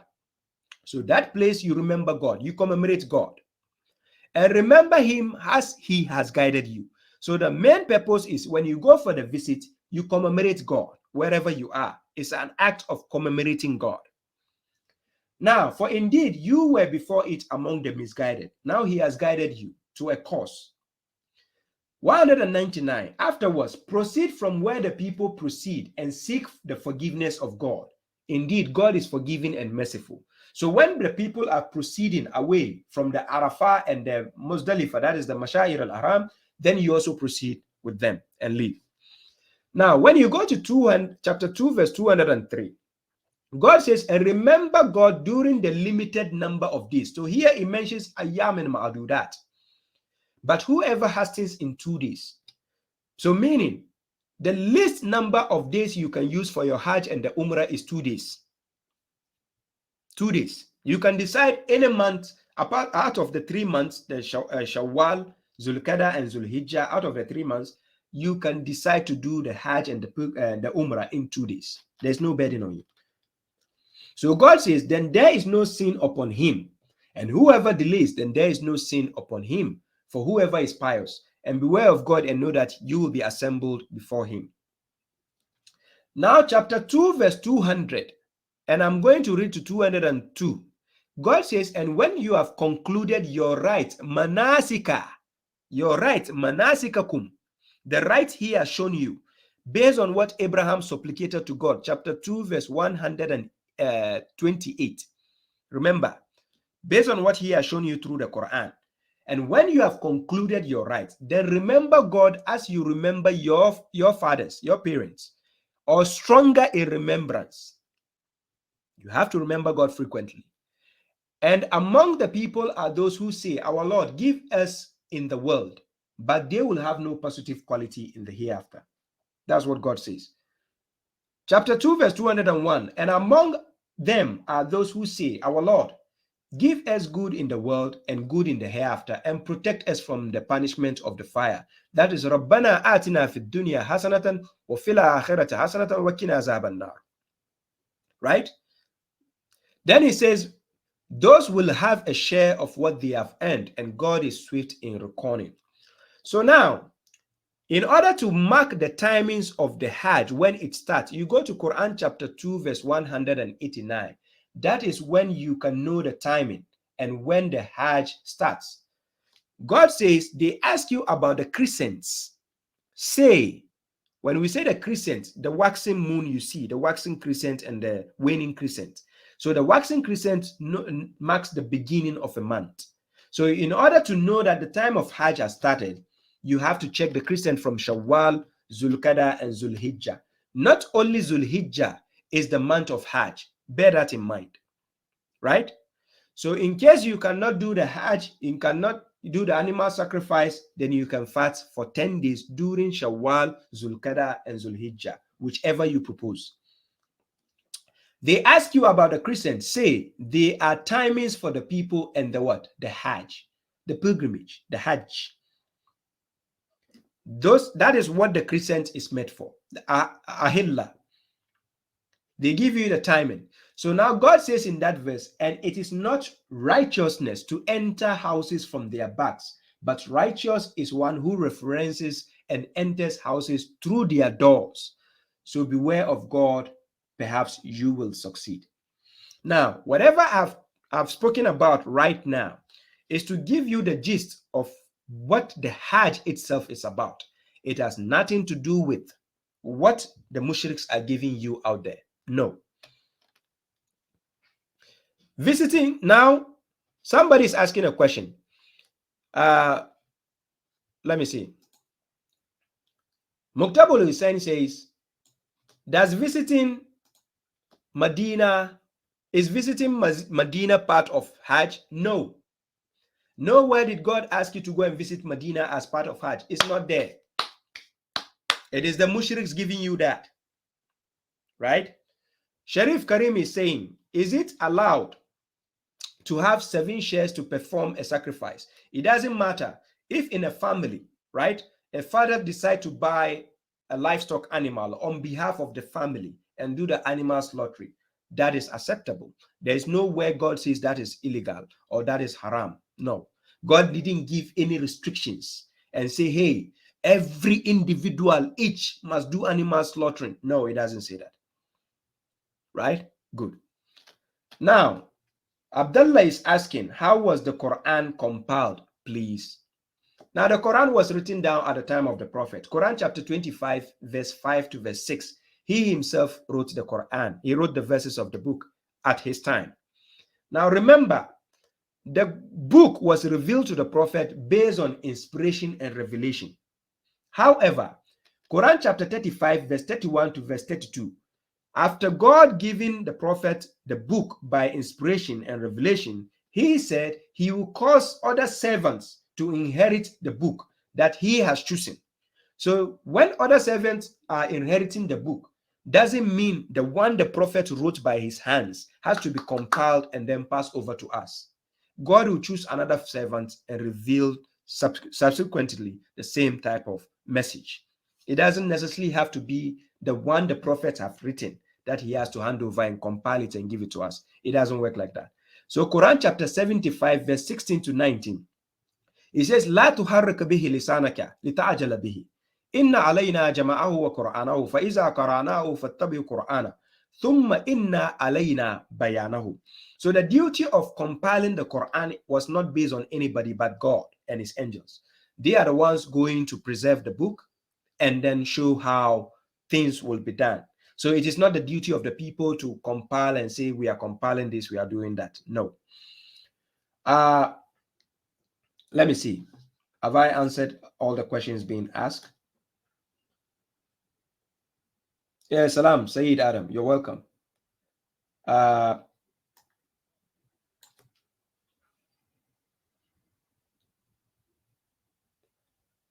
Tamer Abdel says, Safa, he says, no, my friend, Safa, he says, Safa and Marwa are food you carry with you, not places. Check my comment. No problem. That is your opinion, right? You need a proof to back that up, because you have to understand the context in which they are being told, right? There's no eating in that verse. Quran chapter 2, verse 158. So it's not about checking your comments. Like I said, you can contact me. I can arrange a program. I'll bring you on. Let's have a live dialogue. Sometimes when people type, they think they know better. Don't worry. I'll have time for that. Yeah, Salam Kamal Adams. Makami Ibrahim. Yeah, that's the place of Abraham. That's the place he was based. And people keep asking me, oh, at the time of the Prophet, was any place called Saudi Arabia at the time of Abraham? No.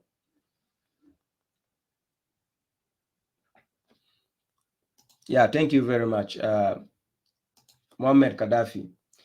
Your lecture is enough and well understood. The sectarians have made our Islam as a society. May Allah bless us. We understand. Inshallah. Thank you. Thank you very much, Abdul Samad. Thank you.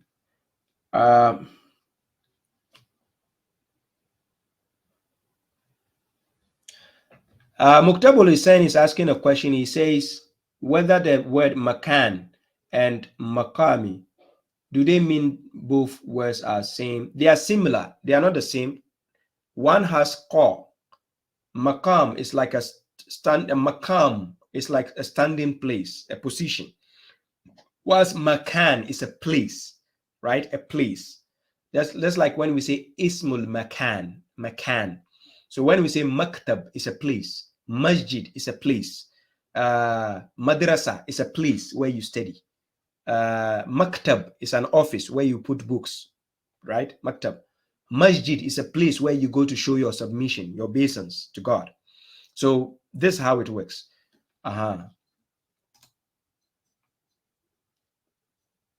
Yeah, salam, Musa Jamila. Slamzat, he said he watched a documentary which shows that Mecca we know today is not the real Mecca. I know about that video. Dan Gibson. Some of his evidences are wrong because most of the time he uses the hadith and he put the focus on how masjids are built during the years to face a position, right? So when you are dealing with such documentaries, be careful, because number one, he's not a Muslim. He's not a submitter to God. No, it is somebody outside the context of your faith explaining something to you, not as a neutral person, so he can be biased. So I've watched the documentary myself, and there's a lot of question marks on his documentary. He has used hadith as his references a lot, and that cannot stand the test of time. No. So this is what he did to confuse some of the Muslims, and they think, oh, no, we have been lied to. That Saudi Arabia cannot be Kaaba there. They cannot be Makkah. Just ask them, where is Makkah based? Simple. Ladies and gentlemen, this is where I bring the topic to an end. My time is up. I've done 2 hours. I'm exhausted. I have to go to the family. Thank you very much. I will have given the chance for question and answers, but this is where I have to end. Right? This. Tamer Abdul, you can inbox me. We can arrange. I can bring you for a live dialogue. You can explain yourself, right?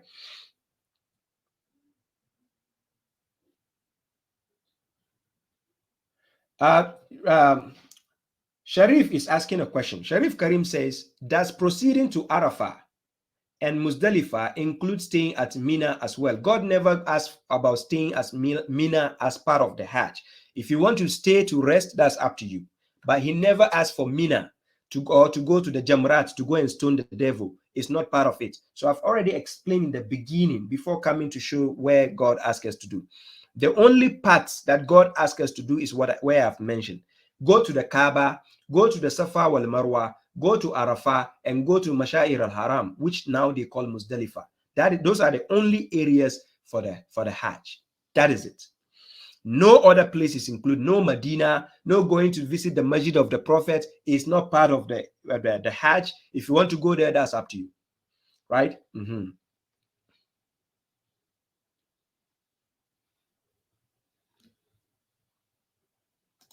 Yeah, Muktabul is saying that command there is that is after the animal slaughtering. When you check the context of the verses starting from the above, the prophet and the believers were asked to send the sacrifice, meaning after slaughtering the animals, they have to send their sacrifices there. It is after you do the animal sacrifice that you shave your head, just as is mentioned in Quran chapter 2, verse 196, right? After the animal slaughtering, if the sacrifice has reached its location, when you send the meat over so that people can enjoy it, that is when you do the shaving of the head. So before you go for the what to be done, that is what Quran chapter 48:27 denotes, right? So, and that command was for the prophet and the believers with him, the messenger, right?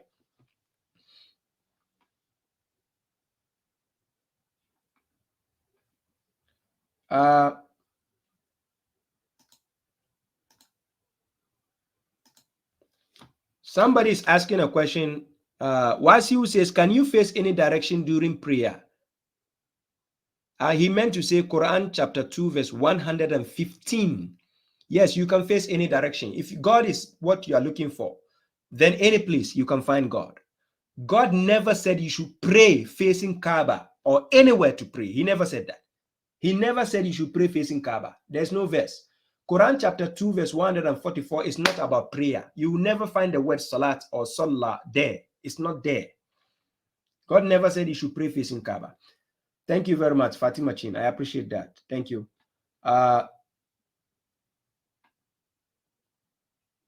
Yeah, thank you, Rock Silva. I appreciate that. Thank you, Ni Naughty. I appreciate that. Slamzat, thank you. I appreciate that. Let me take my last question. Lamin is asking a question. He said, my question is that what happens if you go to Hajj and did not enter inside the Kaaba? How is your Hajj? Well, I would say your Hajj is nullified, because God never gave it like a condition with a must. You understand?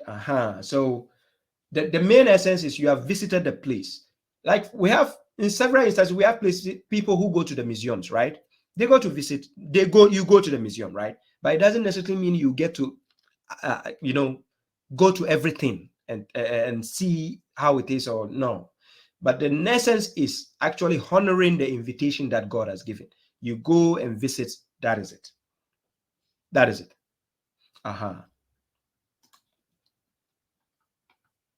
Thank you very much, Sharif Karim. Salam, so Maya, you're welcome. Then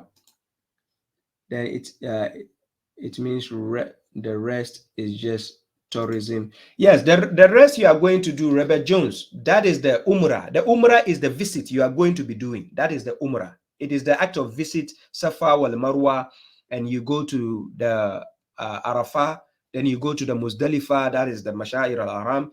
Those are the places we call the Umrah. You stay to do that visit.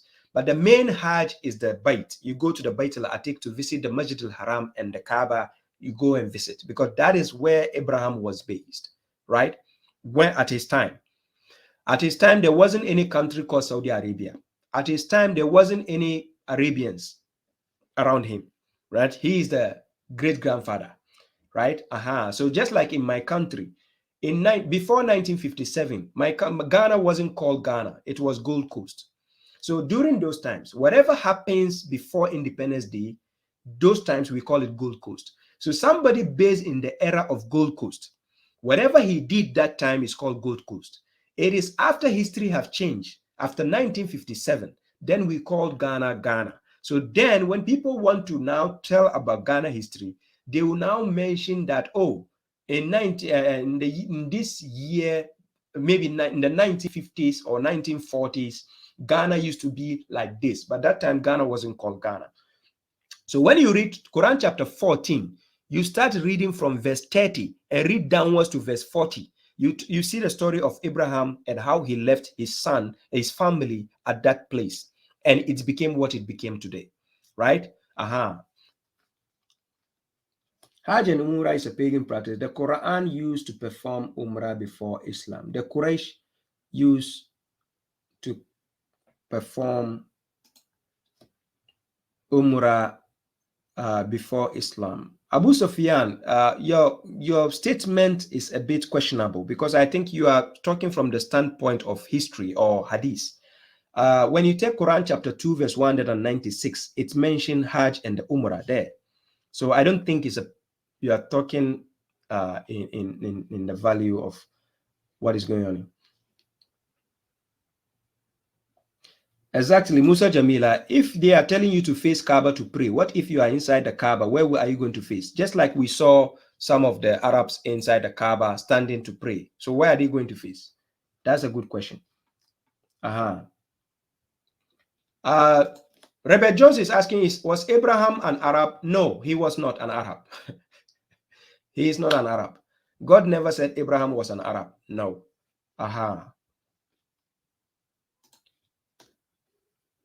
Crow International, or what is it? It says, from your advice how to perform Hajj, please watch the full lecture. You understand what I've given, right? It's a simple thing I gave, then you understand. Does Quran 9:29 contradict Quran 256? No, it doesn't. Understand the context. The context of Surah At-Tawbah is different from the context of Surah Al-Baqarah. So Quran chapter 2 verse 256 says, La ikra fi din, kattabayyana rushdu min al-ghayy. Right? La ikra, there is no compulsion in the deen. That's different. Chapter 9 verse 29 starts with a context. Start from verse 1. You come down, you understand it's based on an error during the time of the Prophet and the believers and the mushriks at that time. It has nothing to do with us today. But there is no compulsion in the deen. Anything in Islam, there's no compulsion. It is about a choice. You like, do it. If you don't like, don't do it. Nobody's forcing you. This is how it goes, right? So there's a difference. Thank you very much, ladies and gentlemen. My time is getting overboard. I'm done 2 hours, almost 30 minutes. That's too much. And I think, yes, I have to end now. I'm getting exhausted. My headache is growing. I will have open phone lines for people to ask questions, but people have asked enough questions, and I think that's enough. Thank you very much, Star Bashir. Masbahul Islam, you're welcome. Thank you very much. Guys, thank you very much for your time and support. I appreciate that. This is where I have to end the topic. I'm getting exhausted. I have to attend to the family. Subhana Rabbi Izzat Amma Yasifun. Wassalamu ala al-mursaleen. Walhamdulillahi Rabbil Alameen. And I'm showing the video of inside the Kaaba before I end, right? Yes.